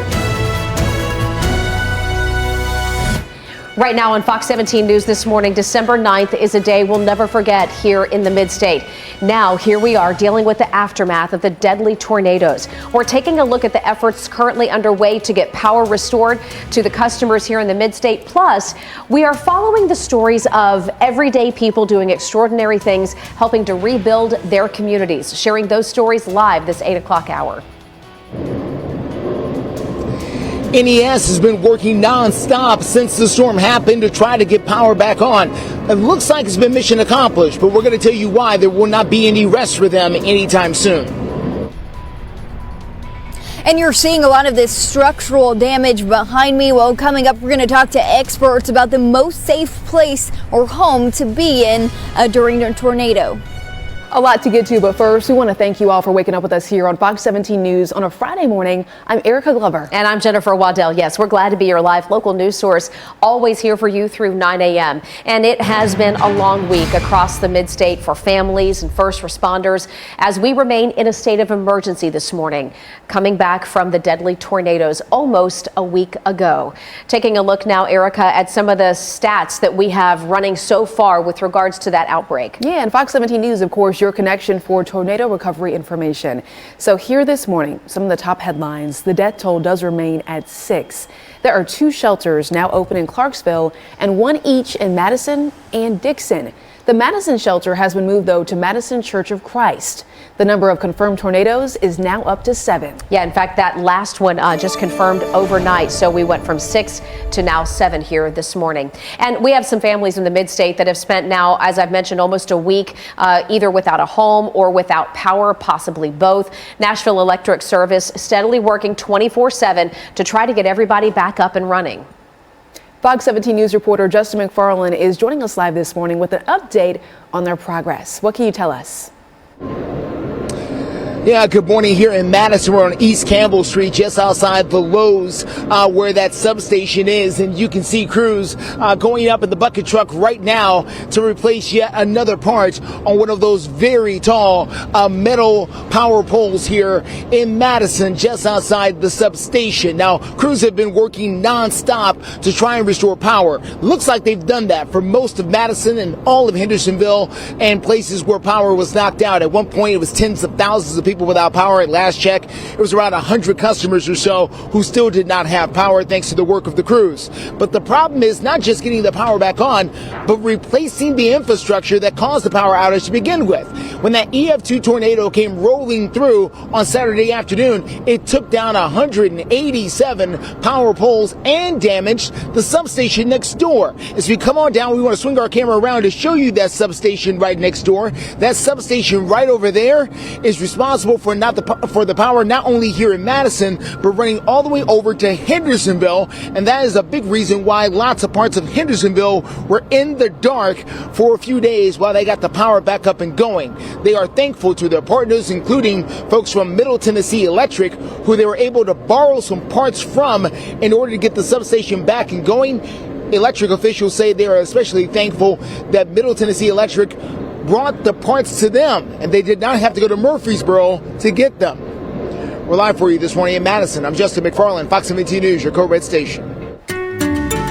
And another calm and quiet start for us this morning, but it is on the chilly side. We are in the lower 30s right here and actually we just bumped up. So now this updated temperature puts us in the upper 30s right here in Nashville. 38 degrees, our current temperature. Plenty of sunshine for us this morning. We're going to stay staying sunny for a lot of the day too. A few more clouds built in later on today. We're watching this cold front back west of here into parts of Kansas and Oklahoma. That'll keep on heading our direction. That leaves us with a better rain chance starting late Saturday. So Saturday in the late afternoon hours, earlier in the evening hours, we'll start to see some of those showers move in. Nothing too bad though. 20s and 30s, our current temperatures across Middle Tennessee and southern Kentucky. Later on this afternoon, we continue to just warm on up. Upper 50s and lower 60s for us. And then there's that rain chance for us for the weekend. A 50% chance for showers on Saturday. A pretty similar setup for us on Sunday. Not a whole lot of rainfall with the system though. About a ½ inch on average. And no severe weather threat for us for the weekend either. And then cooler air arrives for early next week. Okay, Brett, thank you so much. We do want to keep a close eye on traffic for folks who are heading out the door this Friday morning. Maybe you're just getting a start out the door for work. This is Ellington Parkway, Cleveland Street. My camera seems to be frozen. Oh, here we are picking back up. Again, this is just a little bit of a slowdown. There are no crashes that we're watching out for right now. Ellington Parkway, Cleveland Street, giving you the all clear. Right now at 8:05, as we have seen time and time again here in the mid-state, we know that tornadoes can happen any time of the year, sometimes with little warning. But, you know, that's why we're here for you. We keep you alerted as part of our Code Red weather coverage. But storms like the one we saw last weekend tend to make people rethink things, right? Like, what could I do to keep my family safer the next time something like this happens? And where's the best spot for me to go? Fox 17 News' Kylie Walker joining us live after speaking with a concrete expert. So what do we need to know? How can I prepare better? Well, all of the areas that have been surveyed thus far in Middle Tennessee saw 90-mile-per-hour winds or above. But here in Springfield, we had an EF2 tornado, 120-mile-per-hour winds. Take a look right behind me. You'll just see some of that damage in the area. This is a home, and all of that brick just torn to the ground. Now, John Huddleston, associate professor and director of MTSU's School of Concrete Management, says that brick isn't really structural. Rather, it's a veneer for aesthetics on the outside of a home, which is why sometimes people get false security from brick. Now, Huddleston says the only true answer we have to hurricane and tornado force winds is an insulated concrete form house. The picture behind me is actually a pretty famous picture in our industry. You can see there, that's from Hurricane Katrina, and that's the one house in that area that was still left over. So it withstood 150 plus mile-an-hour winds and 22-foot storm surges, and still standing. Huddleston also tells me that wood-built homes used to be very popular because wood was so cheap. But with the current resurgence in wood prices, we're now seeing more concrete homes being built. Now, Huddleston also says he surveyed various areas that were impacted by our most recent tornadoes. He specifically also looked at Clarksville. That's where we saw some of the hardest hit areas, a lot of those homes that were destroyed. And he says many of them were built with wood. Another reason why he says concrete and steel homes will be your best bet. For now, in Springfield, Kylie Walker, Fox 17 News, your Code Red station. Clarksville hit with 150-mile-per-hour winds after the deadly tornado on Saturday. How the community is picking up the pieces.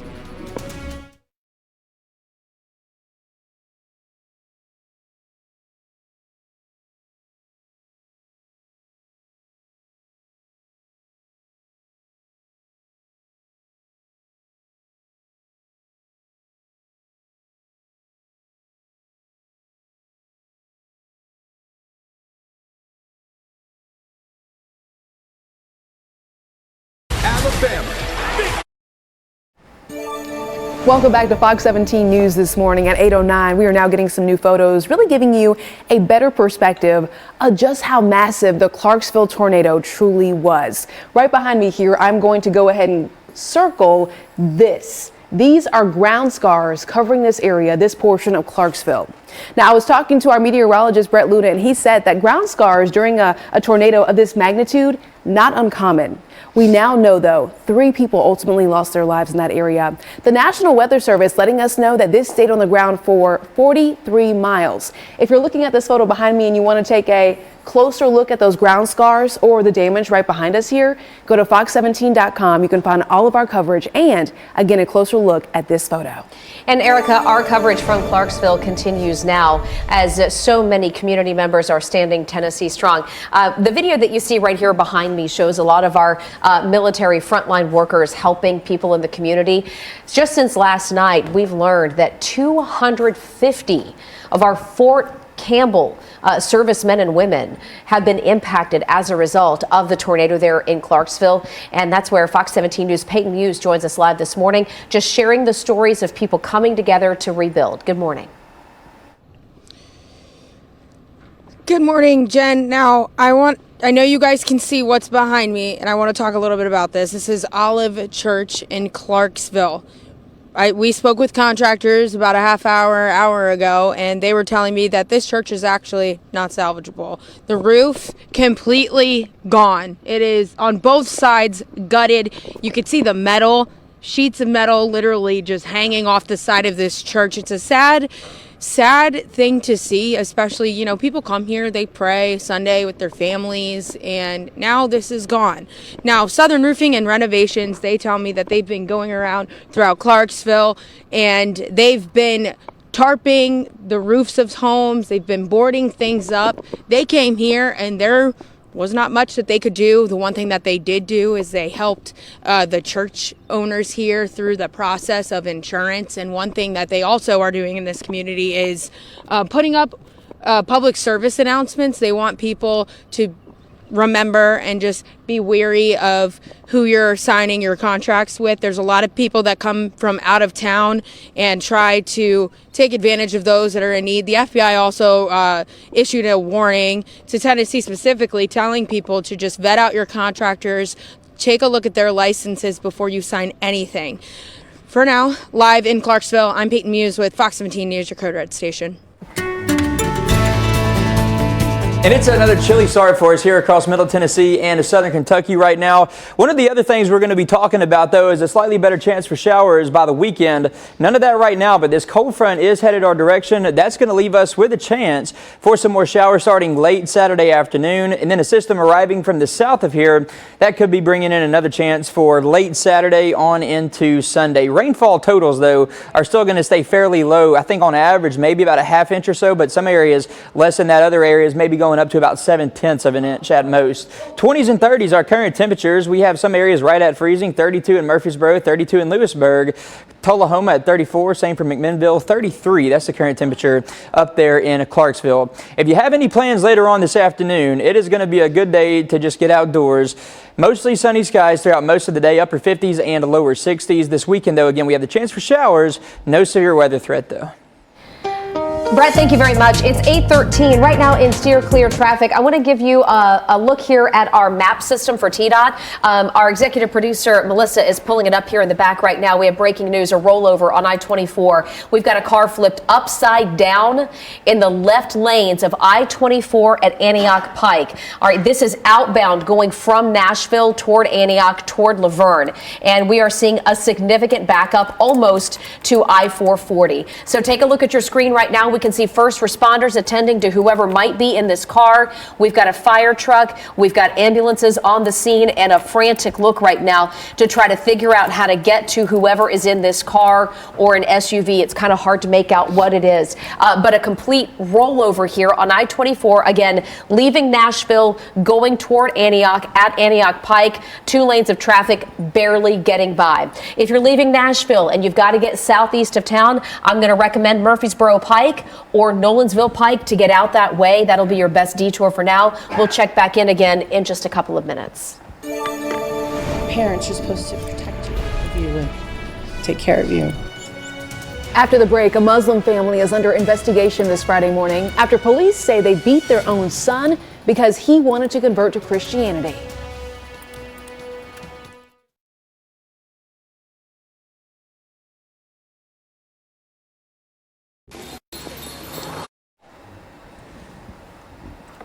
At 8:17, we want you to take a live look at this. This is I-24 Bradley Parkway. This is a flipped vehicle. This is outbound from Nashville to Antioch. Moments ago, we were watching as someone appeared to get out of that car and then kind of stumble over to the EMS crew. You see a fire truck, multiple police officers, and 2 lanes of traffic blocked. We're going to give you a detour now. Yeah, we will. So the best detour here, if you're leaving Nashville and trying to get to Antioch, would be Murfreesboro or Nolensville Pike.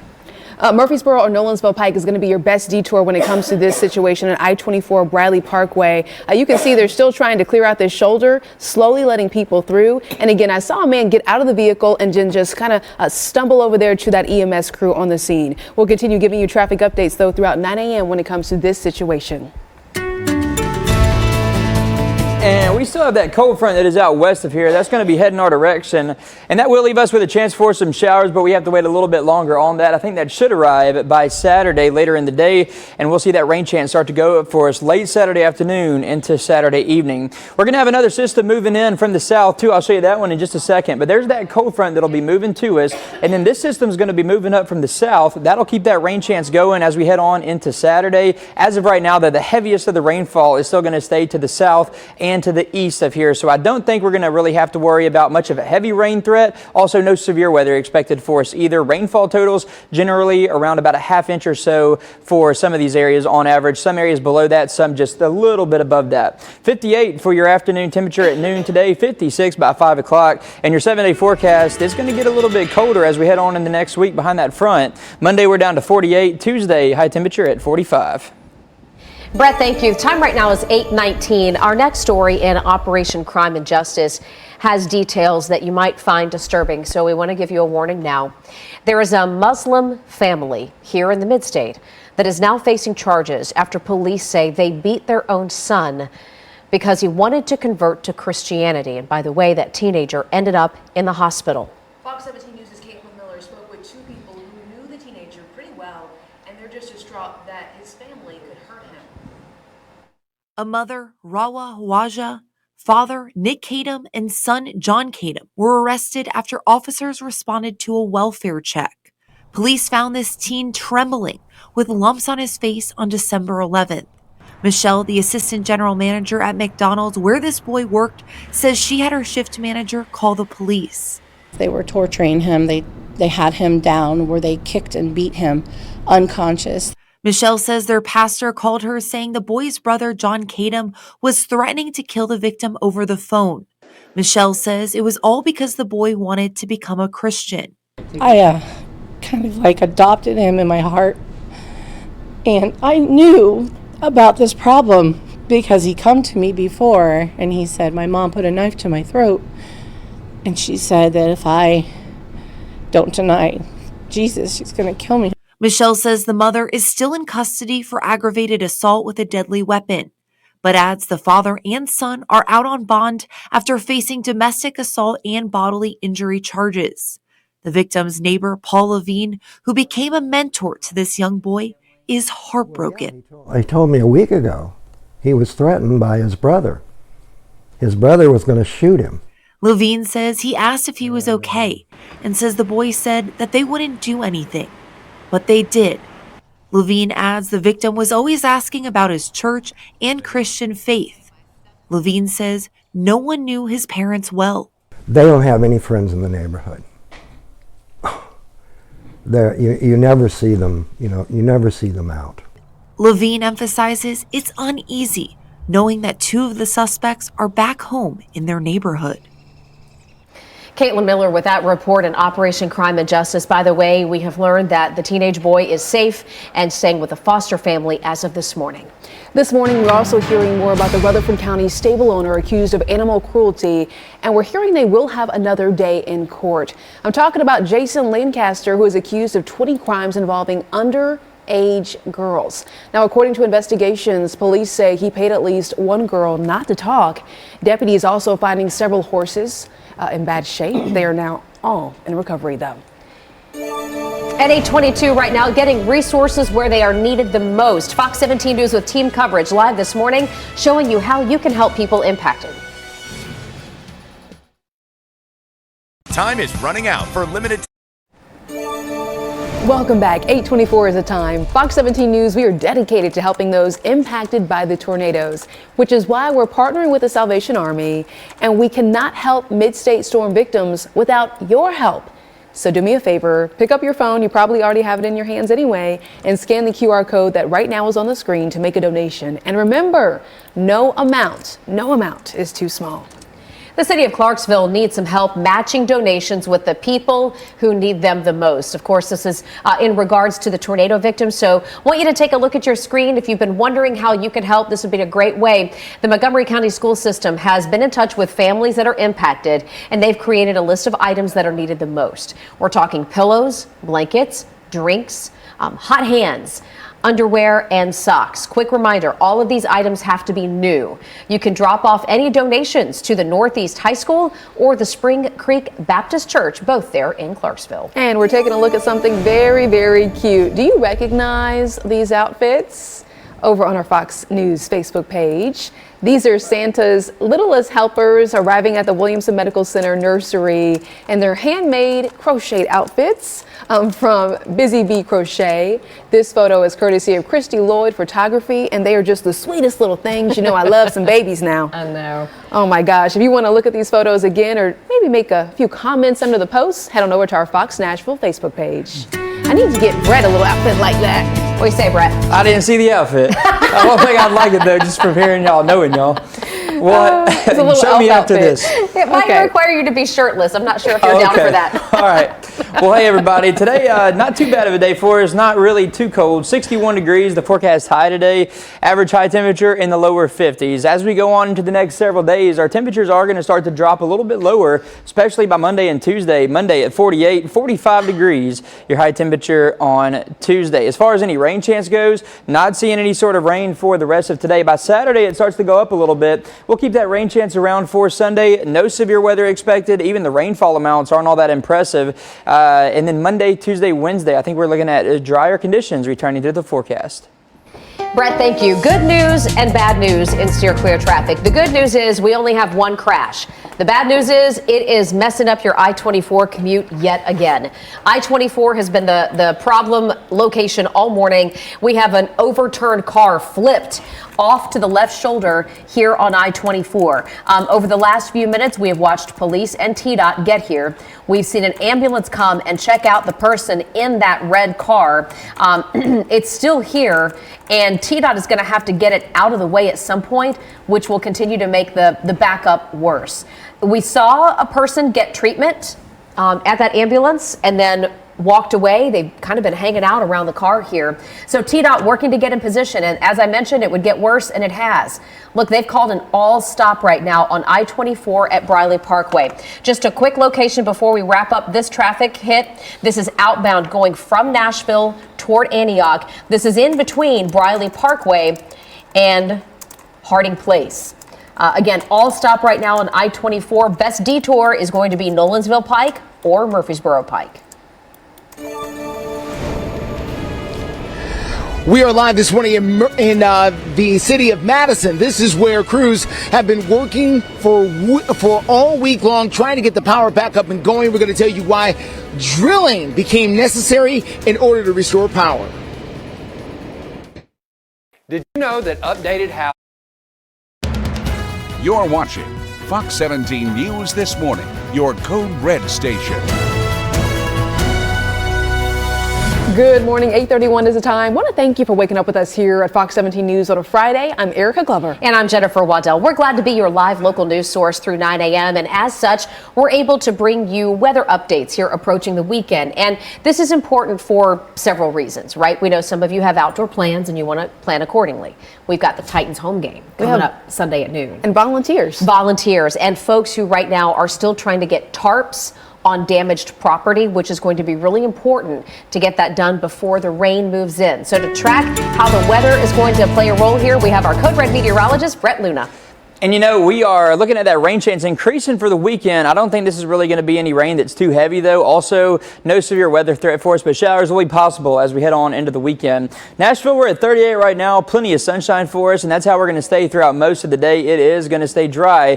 We do have this cold front back west of here, though, and I've been talking about it all morning. That's going to keep on moving to the east. That'll leave us with a rain chance for Saturday late in the afternoon into the evening hours. Another system is going to be coming up from the south, too, and that's going to increase our rain chance a little bit as we head on into Sunday as well. But again, no heavy rainfall. The heaviest of this is going to stay to the south and to the east of us. Temperatures in the 30s for most spots. 36 McMinnville, 39 in Tullahoma, 32 the current temperature in Columbia. We're at 38 right now over in Dickson. So overall, we started out chilly. Later on this afternoon, though, it is going to get pretty nice. Another nice day in the forecast, mostly sunny and dry. Temperatures in the upper 50s for the afternoon and lower 60s for the high today. 60 on Saturday. Cooler air arrives for Monday and Tuesday with highs in the upper 40s and mid 40s by Tuesday. Alrighty, Brett, thanks so much. Another check of steer clear traffic. We're seeing some progress after this crash on I-24 in between Briley Parkway and Harding Place. If you look closely, you can see that flipped over, mangled mess of a car right now. It looks to be the only one involved. We're not real sure what happened here. We haven't gotten an update from TDOT, but it does look like they're starting to pick up some cones and maybe clear more traffic to get by around it.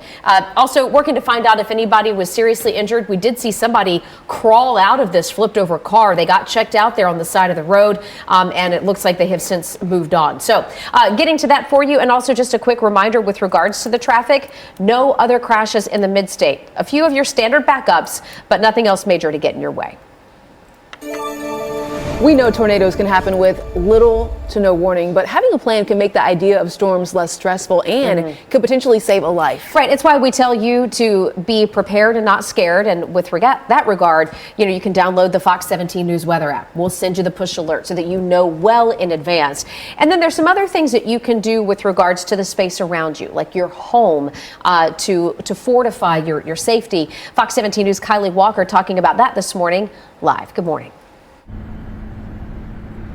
Good morning. Yeah, all areas with confirmed tornadoes by the National Weather Service that have been surveyed saw 90-mile-per-hour winds or above. Now, here in Springfield, we did see 120-mile-per-hour winds with an EF2 tornado. Take a look right behind me. You'll see some of the damage done in this area with all that brick just torn to the ground. Now, John Huddleston, the associate professor and director of MTSU's School of Concrete, says that brick isn't really structural. Rather, it's a veneer for aesthetics on the outside of a home, which is why some people have false security with brick. Now, Huddleston also says the only true answer we have to hurricane and tornado force winds is an insulated concrete form house. The picture behind me is actually a pretty famous picture in our industry. You can see there, that's from Hurricane Katrina, and that's the one house in that area that was still left over. So it withstood 150 plus mile an hour winds and 22-foot storm surges, and still standing.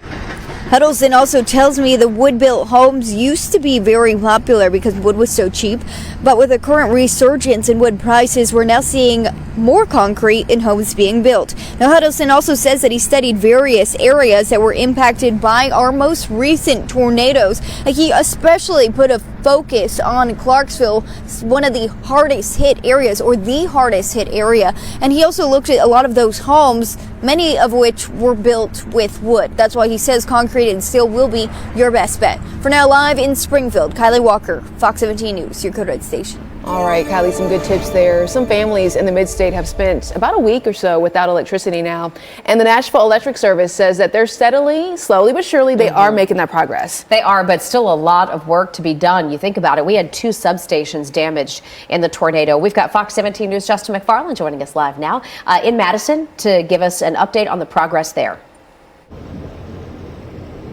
Well, the progress here is being made, and it has been made throughout the week and throughout the night. As a matter of fact, you'll be able to see right behind me there on East Campbell Road, NES continuing to drill down. Yes, if you were with us at the beginning of our show, all the way back in our 4 a.m. hour, they were drilling.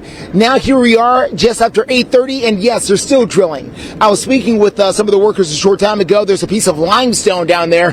They're trying to grind their way through so they can install a brand new power pole.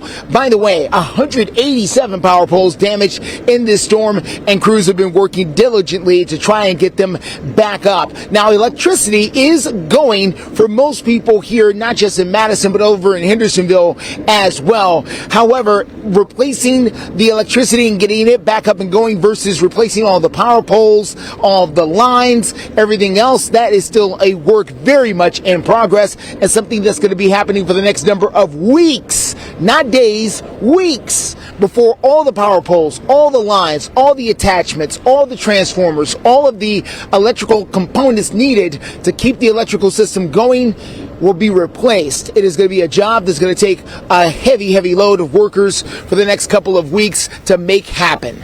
We're live for you in Madison. I'm Justin McFarland, Fox 17 News, your Code Red station. This church, one of the hundreds of buildings destroyed during the tornado that touched down here in Clarksville at 150 mile per hour winds, what the community is doing to help. He didn't want you there.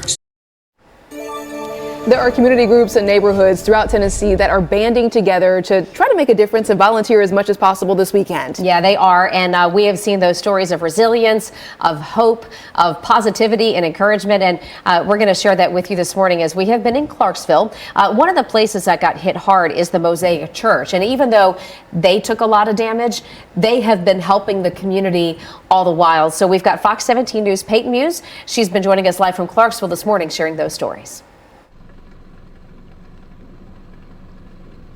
Good morning, Jen. Now, we showed you about a half hour ago the other side of the church.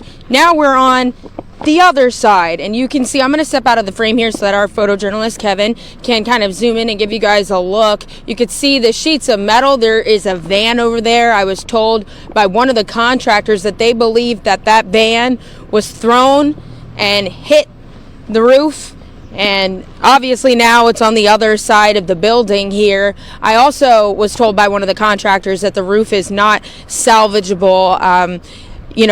Southern Roofing and Renovations came out here. They've been going all across Middle Tennessee, offering to tarp homes for free and board up any windows and pick up some debris and just help the community here. But the one thing that I've learned is that one of the contractors actually lives out here in Clarksville, and this church is about 1.5 miles away from his home. And he said the pastors, the churchgoers, they're all devastated by this loss, and this is just it's very hard to look at, seeing both sides. I mean, this is a place where people come to worship. This is where they spend time with their families, their loved ones, and that EF3 150 mile per hour winds just came through and completely wrecked Clarksville. Now, one thing that Southern Roofing and Renovations also is doing is that they have a public service announcement that they're posting up signs all over Clarksville. I know they started in Clarksville, and they're going to do it throughout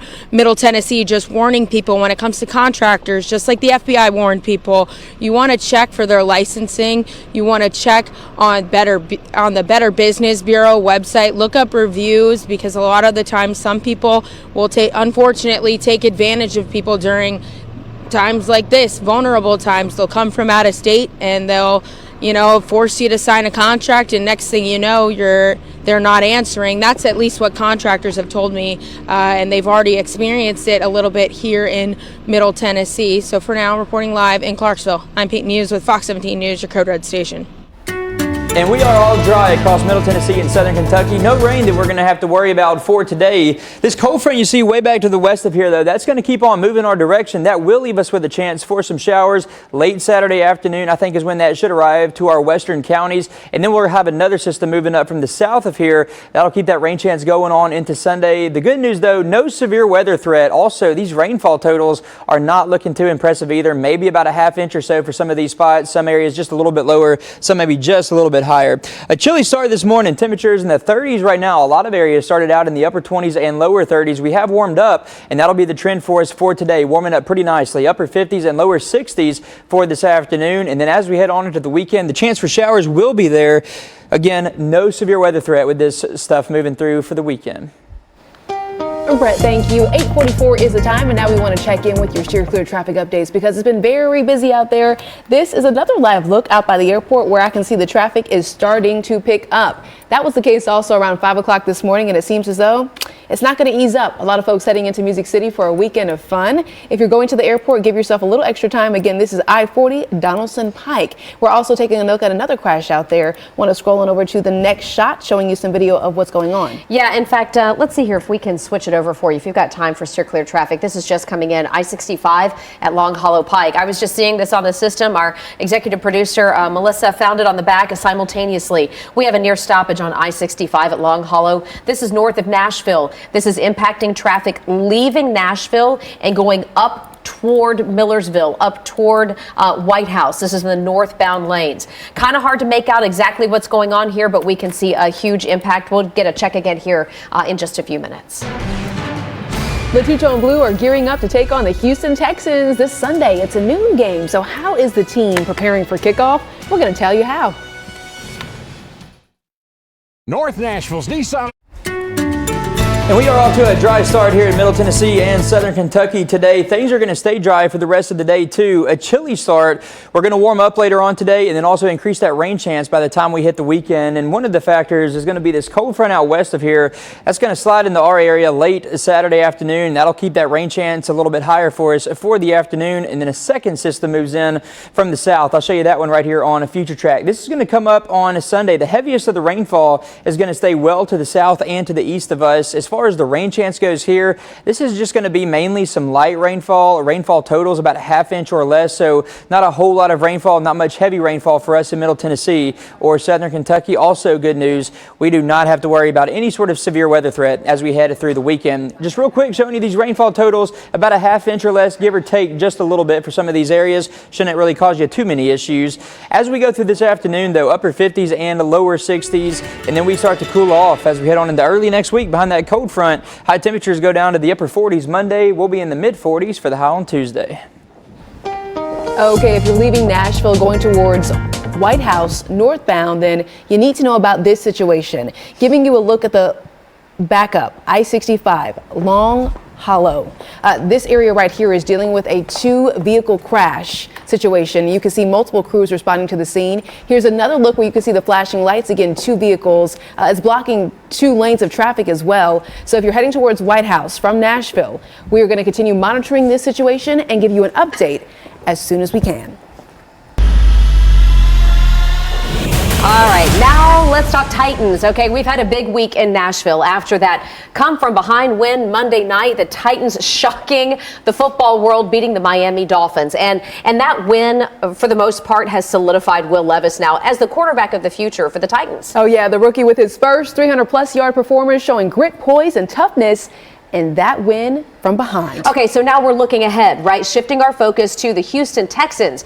They're coming to Nashville. The game starts at noon this Sunday at Nissan Stadium. And don't forget, pack your poncho. Hey, a lot of the Titans on the injury report this week. Defensive linemen Danico Autry and center Aaron Brewer both limited. Meanwhile, Josh Wiley and Jack Gibbons did not practice for the second straight day. Also, speaking of injuries, it's worth noting the Texans may be without their starting quarterback, who is currently in concussion protocol. Titans are going to be rocking their throwback Oilers jerseys. My husband loves those against the Texans Sunday, which is now the topic of our viewer poll. We're asking over on our X, that Twitter account, do you like the Titans throwback jerseys? As of right now, 73.4% of you all say, yeah, I think I like that.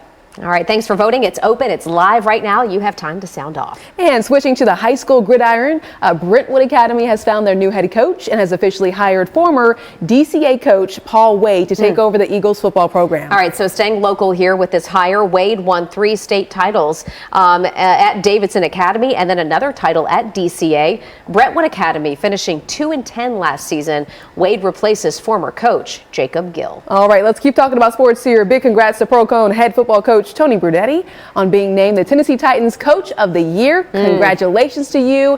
He led the Firebirds to a perfect 15-0 record while capturing the school's first state championship in 26 years. It was such a pleasure when we had him here on our show. He joined us for Fox 17 News this morning as they were making their way to that state title matchup, and he was just humbled. He really believed in his team and felt like all these years of hard work was going to pay off, and boy, did it ever. So congratulations, Coach Brunetti. Well, just ahead, we're talking about the search, which continues for two teenagers who police say carjacked a woman at knife point.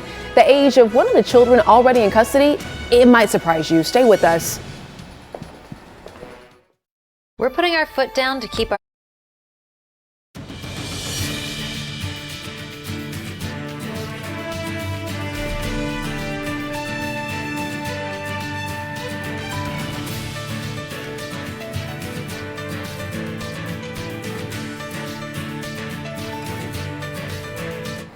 We do need to step back into steer clear traffic before we leave you this morning, because we've had another crash just reported.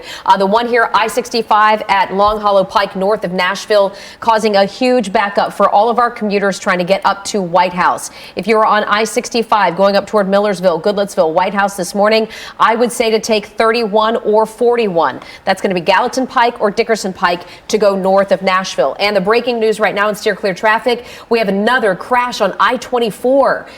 We have had, I've lost count now, 4 or 5 crashes out this way this morning, and another one.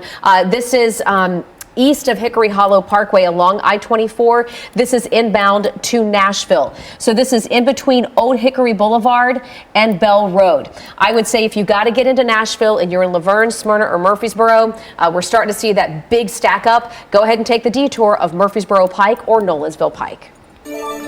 Right now, we're recapping some of the biggest headlines here on Fox 17 News this morning. Putnam County Sheriff's deputies charging Ashton Sensing with murdering his girlfriend's 2-year-old child. Just very disturbing here. Deputies say back on December 2nd, he admitted to throwing the child up against a wall as he was babysitting. Investigators did not arrest him that day. They did get an arrest warrant, though, on December 6th.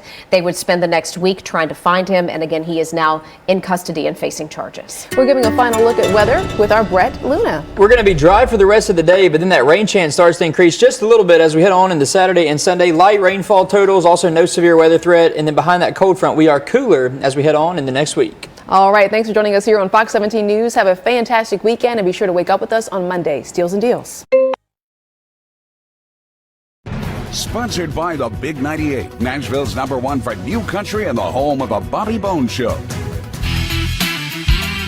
It is so great to have Paul Reed Smith, the founder of PRS Guitars, Amplifiers, and Pedals, back on the show. But wait, he's got a new album also. And I ain't singing on it. And I like that. But you were playing on it. I did play and write on it, yes. Lions Roaring in Quicksand with 8-Lock Band. Having Dennis Chambers and Juju House from Chuck Brown's band and Greg Granger from Whitney Houston's band all playing at the same time, all playing different parts, was a very interesting event. The first time it happened, we went to this stage at Maryland Hall, and Dennis wanted to try this tune. Yeah. And so I was standing in the middle of these snare drums and bass drums going off, and it felt like rockets going through me, and there were no mics. And I could hear Dennis sing. I didn't like it very much, but I wouldn't have traded it for the world because the feel was unbelievable. And it sounds like a live band. I mean, listening to this album. Getting all of it to work, like Love and Happiness. Right. Let's just use, the reason we did Love and Happiness, the Al Green tune, of the 4 covers that we did, is because it's the only tune I knew in the whole world that nobody young or old turns off when it comes on. Nobody turns Love and Happiness off. They'll turn off something else, but they won't turn that off. And that said something to me. It really feels like the best and the most organic album that you've ever put out, musically. And it covers a lot of styles. Covers a lot of styles. I called it the Baltimore Washington Parkway. It was between this Baltimore funk and this DC go-go connection, you know, and I wanted to be in the middle somewhere, and watching these tunes, whether they were going to swing or they were going to be straight, was interesting. Fascinating, actually.